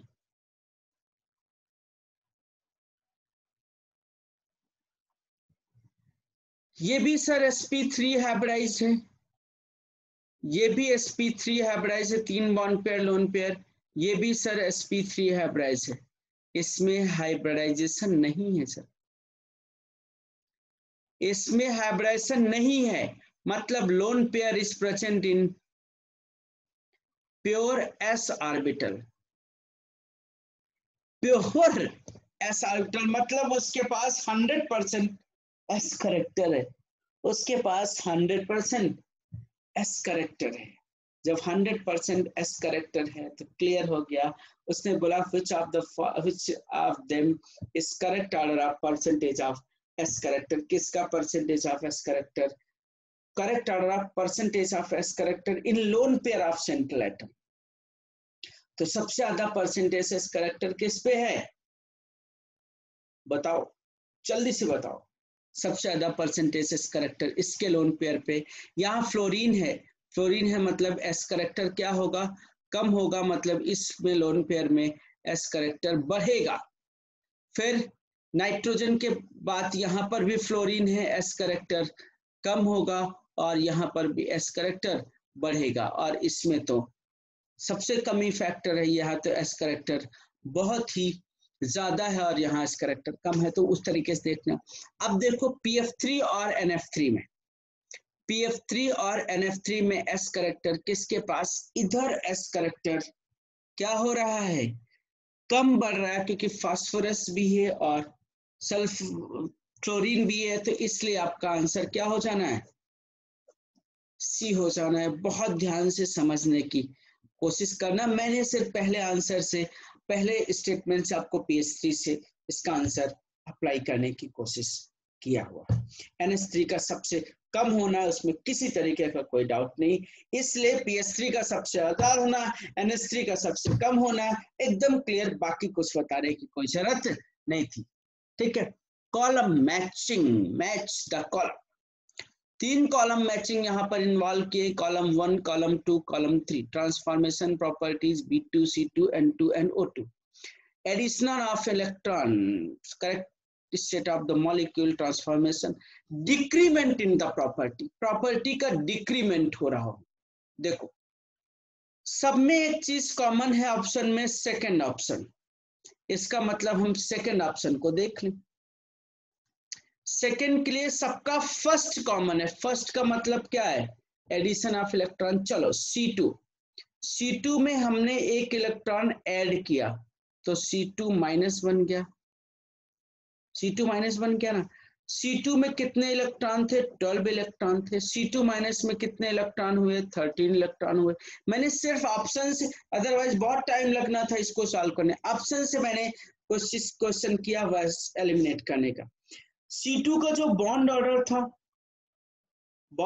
था, वो आपका 2 था, बॉन्ड ऑर्डर था ना, बॉन्ड ऑर्डर 2, और C2 माइनस का बॉन्ड ऑर्डर होना है 2.5, क्योंकि 14 का बॉन्ड ऑर्डर 3 होना। इस C2 जो था, अगर याद करो C2 को अगर याद करो तो ये डायमैग्नेटिक था, पीछे मैं समझा चुका हूं, और 13 इलेक्ट्रॉन है तो 100% क्या होगा, पैरामैग्नेटिक। अब PRQS में कंसीडर कर लेते हैं। तो देखो C2 को सेकंड ऑप्शन से मैंने ये रिलेट करने की कोशिश किया क्योंकि सब जगह सेकंड था। अब बताओ बॉन्ड ऑर्डर डिक्रीज कर रहा है, नहीं कर रहा है, गलत है, डिक्रीमेंट उसने बोला है, transformation as well as decrement in the property. Bond order decrease नहीं इंक्रीज कर रहा। बॉन्ड लेंथ डिक्रीज कर रही है सर, डिक्रीज कर रही है क्योंकि बॉन्ड ऑर्डर 2 से 2.5 हुआ, बॉन्ड ऑर्डर बढ़ा मतलब बॉन्ड लेंथ छोटी हो गई, क्यू हो गया। चलो एक बार क्यू का हमने टिक कर लिया। बॉन्ड एनर्जी इंक्रीज हो रही है सर, हमको पता है कि बॉन्ड ऑर्डर 2 से 2.5 हुआ तो बॉन्ड एनर्जी इंक्रीज हो रही है। अब अगला पैरामैग्नेटिक करेक्टर भी इंक्रीज हो रहा क्योंकि C2 डायमैग्नेटिक था और C2 माइनस कैसा है, पैरामैग्नेटिक है। C2 डायमैग्नेटिक था लेकिन C2 माइनस पैरामैग्नेटिक है, तो आंसर हमारा बी हो गया। एकदम क्लियर कट सा आंसर था, एकदम आसानी से हो जाना चाहिए। चलो नेक्स्ट क्वेश्चन पे चलते हैं। ऐसा ही कुछ मिलता जुलता सेम फैक्टर था लेकिन डिक्रीमेंट नहीं, उसने किसकी बात किया है, इंक्रीमेंट की बात किया, इंक्रीमेंट की बात किया। ऑप्शन से देख लेते हैं, फर्स्ट सेकंड सब में है और यहाँ पर थर्ड है, इसका मतलब फर्स्ट और थर्ड को कंपेयर कर लें, क्लियर हो जाना है। देखो फर्स्ट B2, सेकंड का मतलब रिमूवल ऑफ इलेक्ट्रॉन, इससे हम देख लेना, आराम से हो जाना। ऐसे ही 3 में अगर 3 मैच द कॉलम का क्वेश्चन है तो आपको ऐसे ही ऑप्शन एलिमिनेट करके ही सॉल्व होगा, अदरवाइज आप सॉल्व करते वक्त 2 घंटे लगा दोगे, सॉल्व होना मुश्किल हो जाएगा। ऑप्शन से ही सॉल्व करने की कोशिश करना। फर्स्ट सब में सेकंड है और थर्ड है। मैं ऐसा ही आपको दिया होगा, सब मिक्स करके नहीं दिया होगा क्योंकि उतना टाइम नहीं बच्चा दे सकता। B2 से क्या बोला, सेकंड का मतलब रिमूवल ऑफ इलेक्ट्रॉन, फर्स्ट का सेकंड रिमूवल ऑफ इलेक्ट्रॉन किया तो B2 प्लस बना। B2 का इलेक्ट्रॉन 10 थे और B2 प्लस के इलेक्ट्रॉन 9 इलेक्ट्रॉन हो गए। B2 का जो बॉन्ड ऑर्डर था वो 1 था और B2 प्लस का जो बॉन्ड ऑर्डर होना है वो कितना हो जाना है, बताओ। B2 का बॉन्ड ऑर्डर 1 था और B2 प्लस का बॉन्ड ऑर्डर कितना हो जाना, बताओ जल्दी से। 9 इलेक्ट्रॉन है, आप चेक कर सकते हो। बॉन्ड ऑर्डर 1 था, इसके पास 2 अनपेयर्ड इलेक्ट्रॉन थे, अनपेयर्ड इलेक्ट्रॉन 2 थे और इसके पास अनपेयर्ड इलेक्ट्रॉन 1 है, तो उसने क्या बोला है, सेकंड मैच कराना है, सेकंड हो गया। अब इसमें P या S में एक देख लेते हैं बस, बॉन्ड ऑर्डर इंक्रीमेंट बताना, बॉन्ड ऑर्डर इंक्रीज होगा कि डिक्रीज होगा, एक बार ये चेक करना पड़ेगा हमको। Sigma 1s, sigma star 1s, sigma 2s, sigma star two S pi two P X pi two P Y. कितने हुए? 2, 2 4, 2 6, 2 8, 1 9। 9 हुआ तो बॉन्ड ऑर्डर कितना हुआ? 1.5 हुआ है, 1 नहीं 0.5। बॉन्ड ऑर्डर यहाँ पर 1 था, यहाँ पर बॉन्ड ऑर्डर हुआ है 0.5। इसका मतलब बॉन्ड ऑर्डर डिक्रीज हुआ है, उनने इंक्रीमेंट बोला तो पहला स्टेटमेंट गलत है। बॉन्ड लेंथ बड़ी होगी, यहाँ पर सेकंड में कुछ दे नहीं रहा। बॉन्ड एनर्जी डिक्रीज हुई होगी क्योंकि बॉन्ड ऑर्डर कम हुआ तो बॉन्ड एनर्जी डिक्रीज हुई होगी। पैरामैग्नेटिक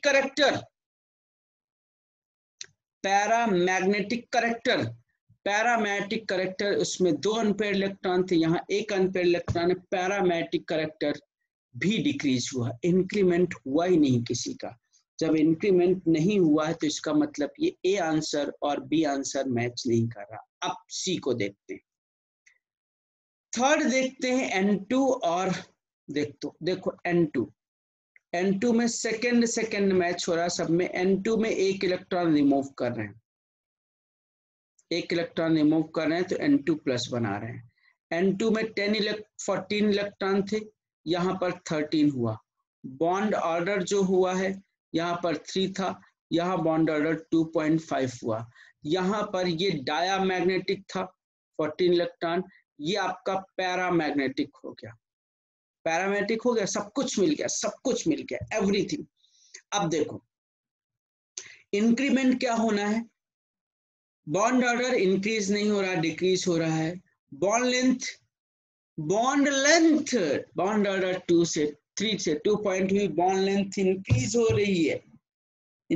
रही है, ठीक है।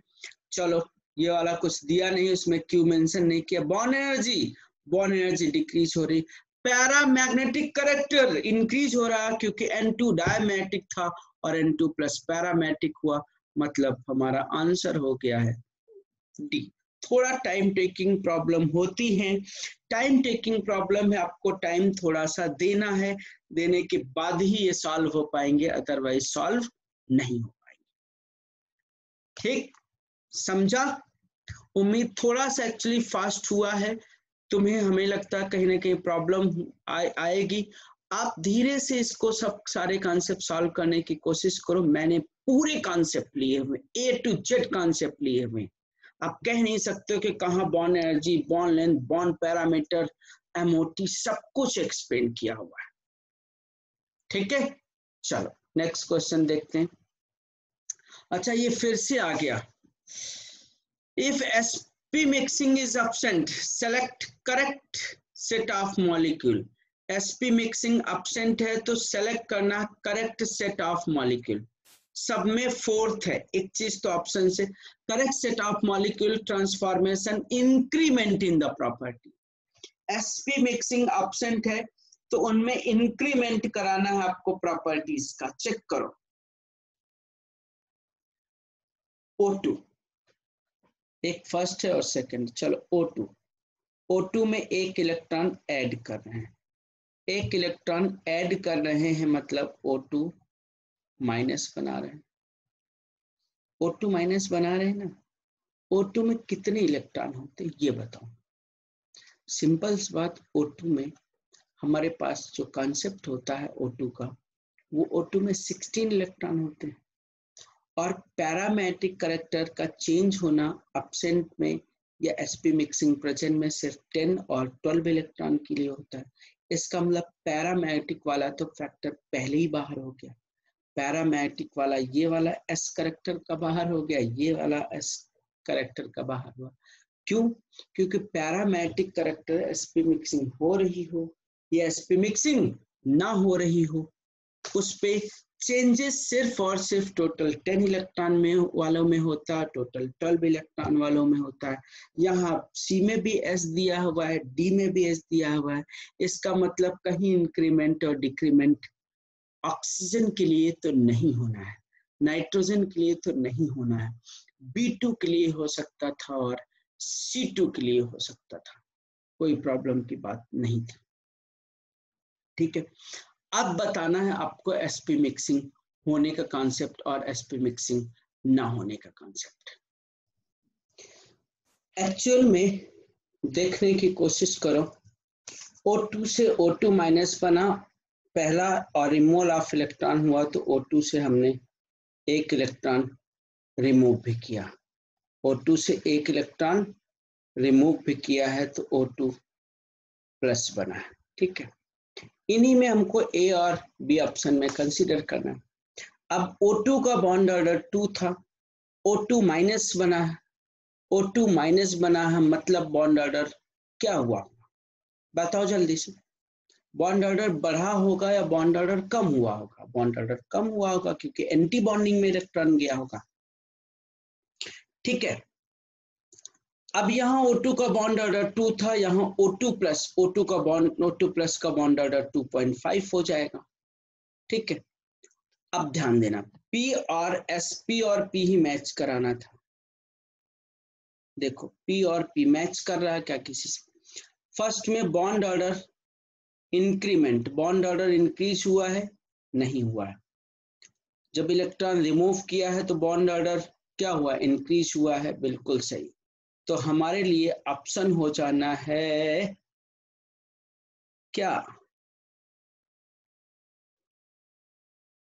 P को मैच कराना था इसमें भी और P को मैच कराना था इसमें। 17 इलेक्ट्रॉन के लिए बॉन्ड ऑर्डर कितना होता है? 1.5 ही तो होता है, 1.5 होता है। इंक्रीमेंट इन प्रॉपर्टी बोला है, इंक्रीमेंट इन प्रॉपर्टी। अच्छा, यहाँ sp मिक्सिंग देखने का कोई रिक्वायरमेंट ही नहीं, क्योंकि जो भी ऐड हो रहा है, जो भी रिमूव हो रहा है, वो तो एंटी बॉन्डिंग वालों में हो रहा है। बात समझ? अब सोच रहे हो कि sp मिक्सिंग का क्यों नहीं लिया उन्होंने। sp मिक्सिंग का ले भी लेते, sp मिक्सिंग का नहीं भी लेते। पाई स्टार 2px और पाई स्टार 2py में जो भी हो रहा है वो हो रहा है। इलेक्ट्रॉन ऐड हो रहा है तो भी उसी में ऐड हो रहा है, और इलेक्ट्रॉन रिमूव हो रहा है तो भी उसी से रिमूव हो रहा है। तो sp मिक्सिंग की बात करने की जरूरत नहीं है। एक इलेक्ट्रॉन अगर ऐड कर रहे हैं तो बॉन्ड ऑर्डर 1.5 हो रहा है, और अगर हम एक इलेक्ट्रॉन रिमूव कर रहे हैं तो बॉन्ड ऑर्डर 2.5 हो रहा है। तो कौन सी प्रॉपर्टी, अब यहाँ पर A बचा था और ये P बचा था, तो सेकंड वाले में, क्योंकि इंक्रीमेंट बोला है, इंक्रीमेंट P का मतलब बॉन्ड ऑर्डर का इंक्रीमेंट कब हो रहा है?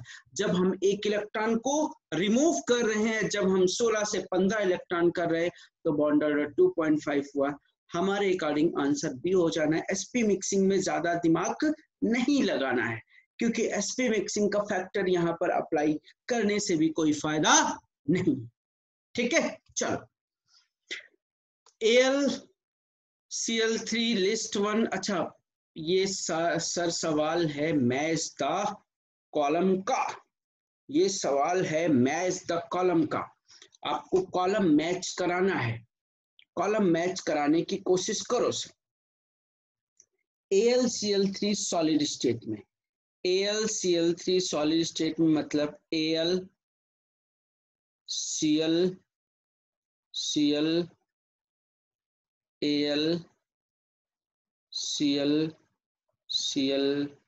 Cl और Cl। Be2Cl4 का मतलब Be2Cl4 ये Be2Cl4 है। ठीक है, I2Cl6 आप जानते हो, I2Cl6, B2S6 भी आप जानते हो। चलो चेक करो, देखो उसने बोला P का हमको मैच कराने की कोशिश करें। AlCl3, all halogen atom are in same plane, all halogen atom are in same plane। क्या ये सही है? बोलो। all halogen atom are in same plane, 4 halogen atom are in same plane, coordination number of central halogen is greater than 4, coordination number of central atom, coordination number aluminium की यहाँ पर कितनी हो जाती है? Al2Cl6 में ग्रेटर देन 4, और coordination number of central atom is 4। First का P का 4, देखो coordination number of central atom is 5, ये भी गलत है, ठीक है। तो all halogen atom are in same plane, ये तो कहीं दिया ही नहीं, कोई पार्ट नहीं है। 4 halogen atom are in same plane, coordination number of central atom is greater than 4, ये गलत है। Al2Cl6 के लिए, अच्छा Q का देख लेते हैं, Q से निकालते हैं, Be2Cl4, Be2Cl4 में all halogen atom are in same plane, सही है। 4 halogen atom are in same plane, सही है। 4 halogen atom are in same plane, सही है। और coordination number of central atom is greater than 4, ये सब तो गलत हो जाएंगे। B2S6 से देखो बहुत अच्छे से समझ में आ जाएगा। B2S6 हैलोजन एटम तो है नहीं, हैलोजन एटम तो है नहीं, तो coordination number of this is central atom is greater than 4 नहीं है। Coordination number of central atom is 4, सही है। तो S का तो 4 आ जाना है, S का 4 आपको फर्स्ट में भी है, C में भी है और D में भी। R का देखो, A का P का देखें अगर, तो Al2Cl6 coordination number of central atom is 4 halogen atom are in same plane. Okay okay, चलो ये क्वेश्चन हम पेंडिंग रखते हैं, थोड़ा सा टाइम लेते हैं इस पे, उसके बाद सोच के मैं ग्रुप पे आपको रिप्लाई दूंगा इसका, डोंट वरी। नेक्स्ट क्वेश्चन लेते हैं। Which of the following overlapping is not present in XCO3? Which of the following overlapping is not present in XCO3? कौन सी overlapping XCO3 में present नहीं है? XeO3,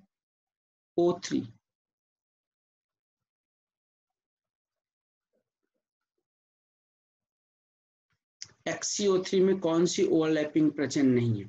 तो ये पता है, ये sp3 हाइब्रिडाइज्ड है। इसका मतलब इसमें देखो sp3 है, मतलब आपको पता है इसमें p पाई d पाई का फैक्टर, सब में d पाई इन्वॉल्व होना है, ठीक है।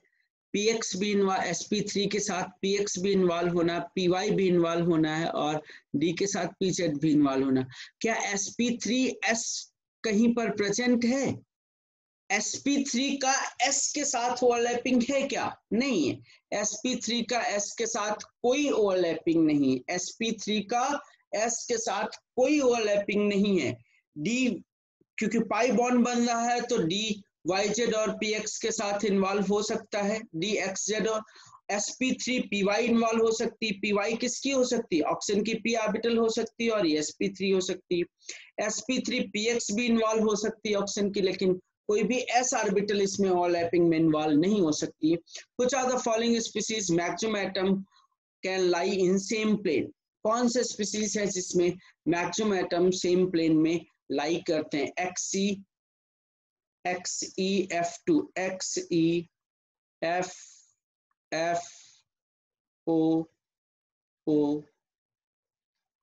और ये Xe 2 2 4 2 6 और 2 8।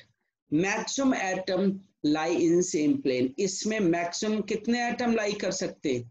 3 ही एटम एक प्लेन पे लाई कर सकते हैं। PCl5, ये फ्लोरीन, ये जीनान, ये फ्लोरीन, ये 3 एटम, या OXeO, ये भी एक। PCl5 में भी मैक्सिमम कितने एटम एक प्लेन पे लाई कर सकते हैं, सेम प्लेन पे? ये जो ये था ना ट्राइगोनल में, इसमें 4 एटम लाई कर सकते हैं, इसमें 3 एटम लाई कर सकते हैं। ASH4 टेट्राहेड्रल है, ASH और H, इसमें मैक्सिमम कितने एटम लाई कर सकते हैं? 3। XeF4, XeF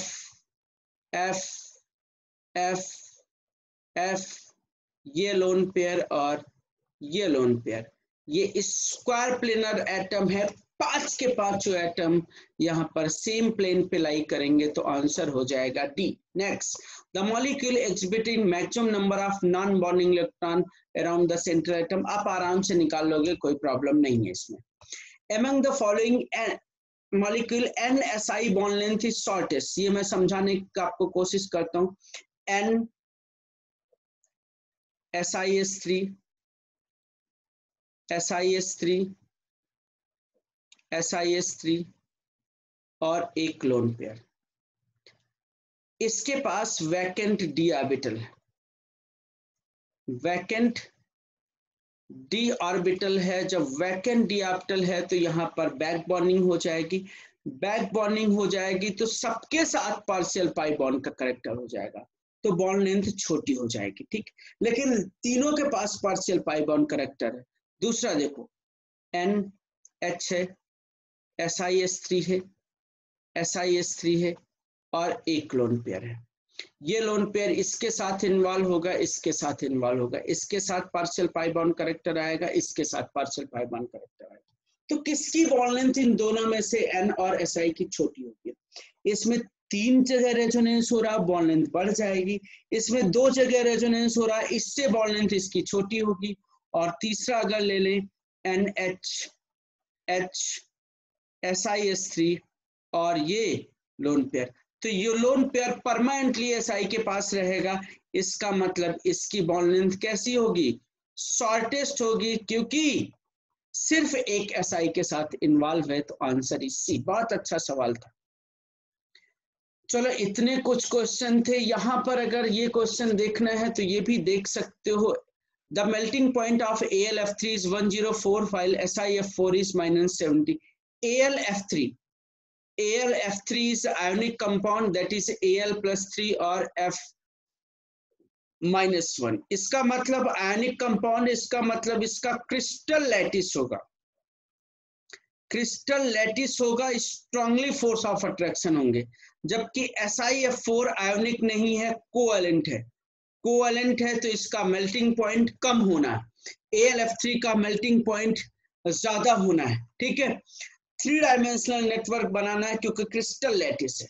तो there is very large difference in ionic character of AlF and SiF। Because का रीजन ये नहीं है कि लार्ज डिफरेंस नहीं है। डिफरेंस यहाँ पर सिर्फ उसकी पैकिंग पे है, उसके अरेंजमेंट पे है, उसके 3 डायमेंशनल अरेंजमेंट पे है।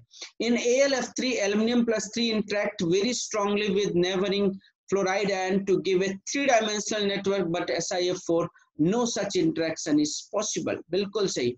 In silicon ion the tetrahedral SiF4 molecule is not shielded effect। Shielding welding का कोई मतलब ही नहीं है यहाँ पर, ठीक है। चलो, द स्ट्रक्चर, ये भी बड़ा अच्छा क्वेश्चन है। The structure B3N3S6 as follows। ठीक, ये follow. How many derivative structure of B3N3S4X2, मतलब 2H को रिप्लेस करके X2 बना रहा, can be derive from the basic structure by replacement of 2 hydrogen. 2 hydrogen को रिप्लेस करके ये कह रहा है कि कितने स्ट्रक्चर बन सकते हैं। समझना, ये B ये, ठीक है, ये स्ट्रक्चर। एक यहाँ पर X लग जाए, एक यहाँ पर X लग जाए, बाकी सब H रहे। दूसरा स्ट्रक्चर ऐसा हो सकता है कि ये B हो, ये N, ये N, ये B, ये N, ये B, ये H, ये H, ये H, ये H और ये H है। अब यहाँ पर एक X लगे और एक X यहाँ पर लगे, दूसरा स्ट्रक्चर बन जाएगा। तीसरा स्ट्रक्चर ऐसे बन जाएगा BN, BN, यहाँ पर एक X यहाँ लगा, एक X यहाँ लगा, बाकी सब जगह पर H लग गए। देखो, और चौथा स्ट्रक्चर भी बन सकता है। ये हो गया आपका आर्थो वाला, ये हो गया मेटा वाला और ये हो गया पैरा वाला हो गया। एक चौथा सोचो, बड़ा अच्छा सवाल है। N B N, ये अगर X लगा तो B, और अभी देखो B N में X था, B में X था, ठीक है, और बी एन में यहाँ पर एक्स था। ऐसा भी तो हो सकता है, ऐसा भी तो हो सकता है कि दोनों जो बी हो, दोनों एक्स जो हो, वो कहाँ लग जाएं? दोनों एक्स एक दूसरे के नाइट्रोजन के पैरा पे लग जाएं, नाइट्रोजन के मेटा पे लग जाए। और कुछ नहीं बना सकते, और कुछ नहीं बना सकते। That is four, answer is four structure are possible. एक बार बीएन में एक बीबी हो गया, एक बीएन पैरा हो गया, ठीक है, और एक कैटेगरी हो गई किसकी? एन और एन की, क्योंकि एन एन की कहीं पर कोई कैटेगरी नहीं मिली थी, तो चार आंसर हो गए। ठीक, तो इतना आप करोगे। केमिकल बॉन्डिंग में मैं कल एक असाइनमेंट दूंगा, उसको भी मैं आंसर और सॉल्यूशन के साथ प्रोवाइड करूंगा। उम्मीद करते हैं इसमें आपको बहुत सारे कॉन्सेप्ट कवर होंगे केमिकल बॉन्डिंग के, और बहुत अच्छे से आपको समझेगा। कुछ टेक्निकल क्वेश्चन थे जिनमें हमें भी सोचना पड़ा। अच्छे क्वेश्चन डालने के पीछे का रीजन था कि हम भी सोचे और आप भी सोचो, और ट्राई करो आप अच्छे से कॉन्सेप्ट को रिवाइज करने का। ठीक है, चलो सर।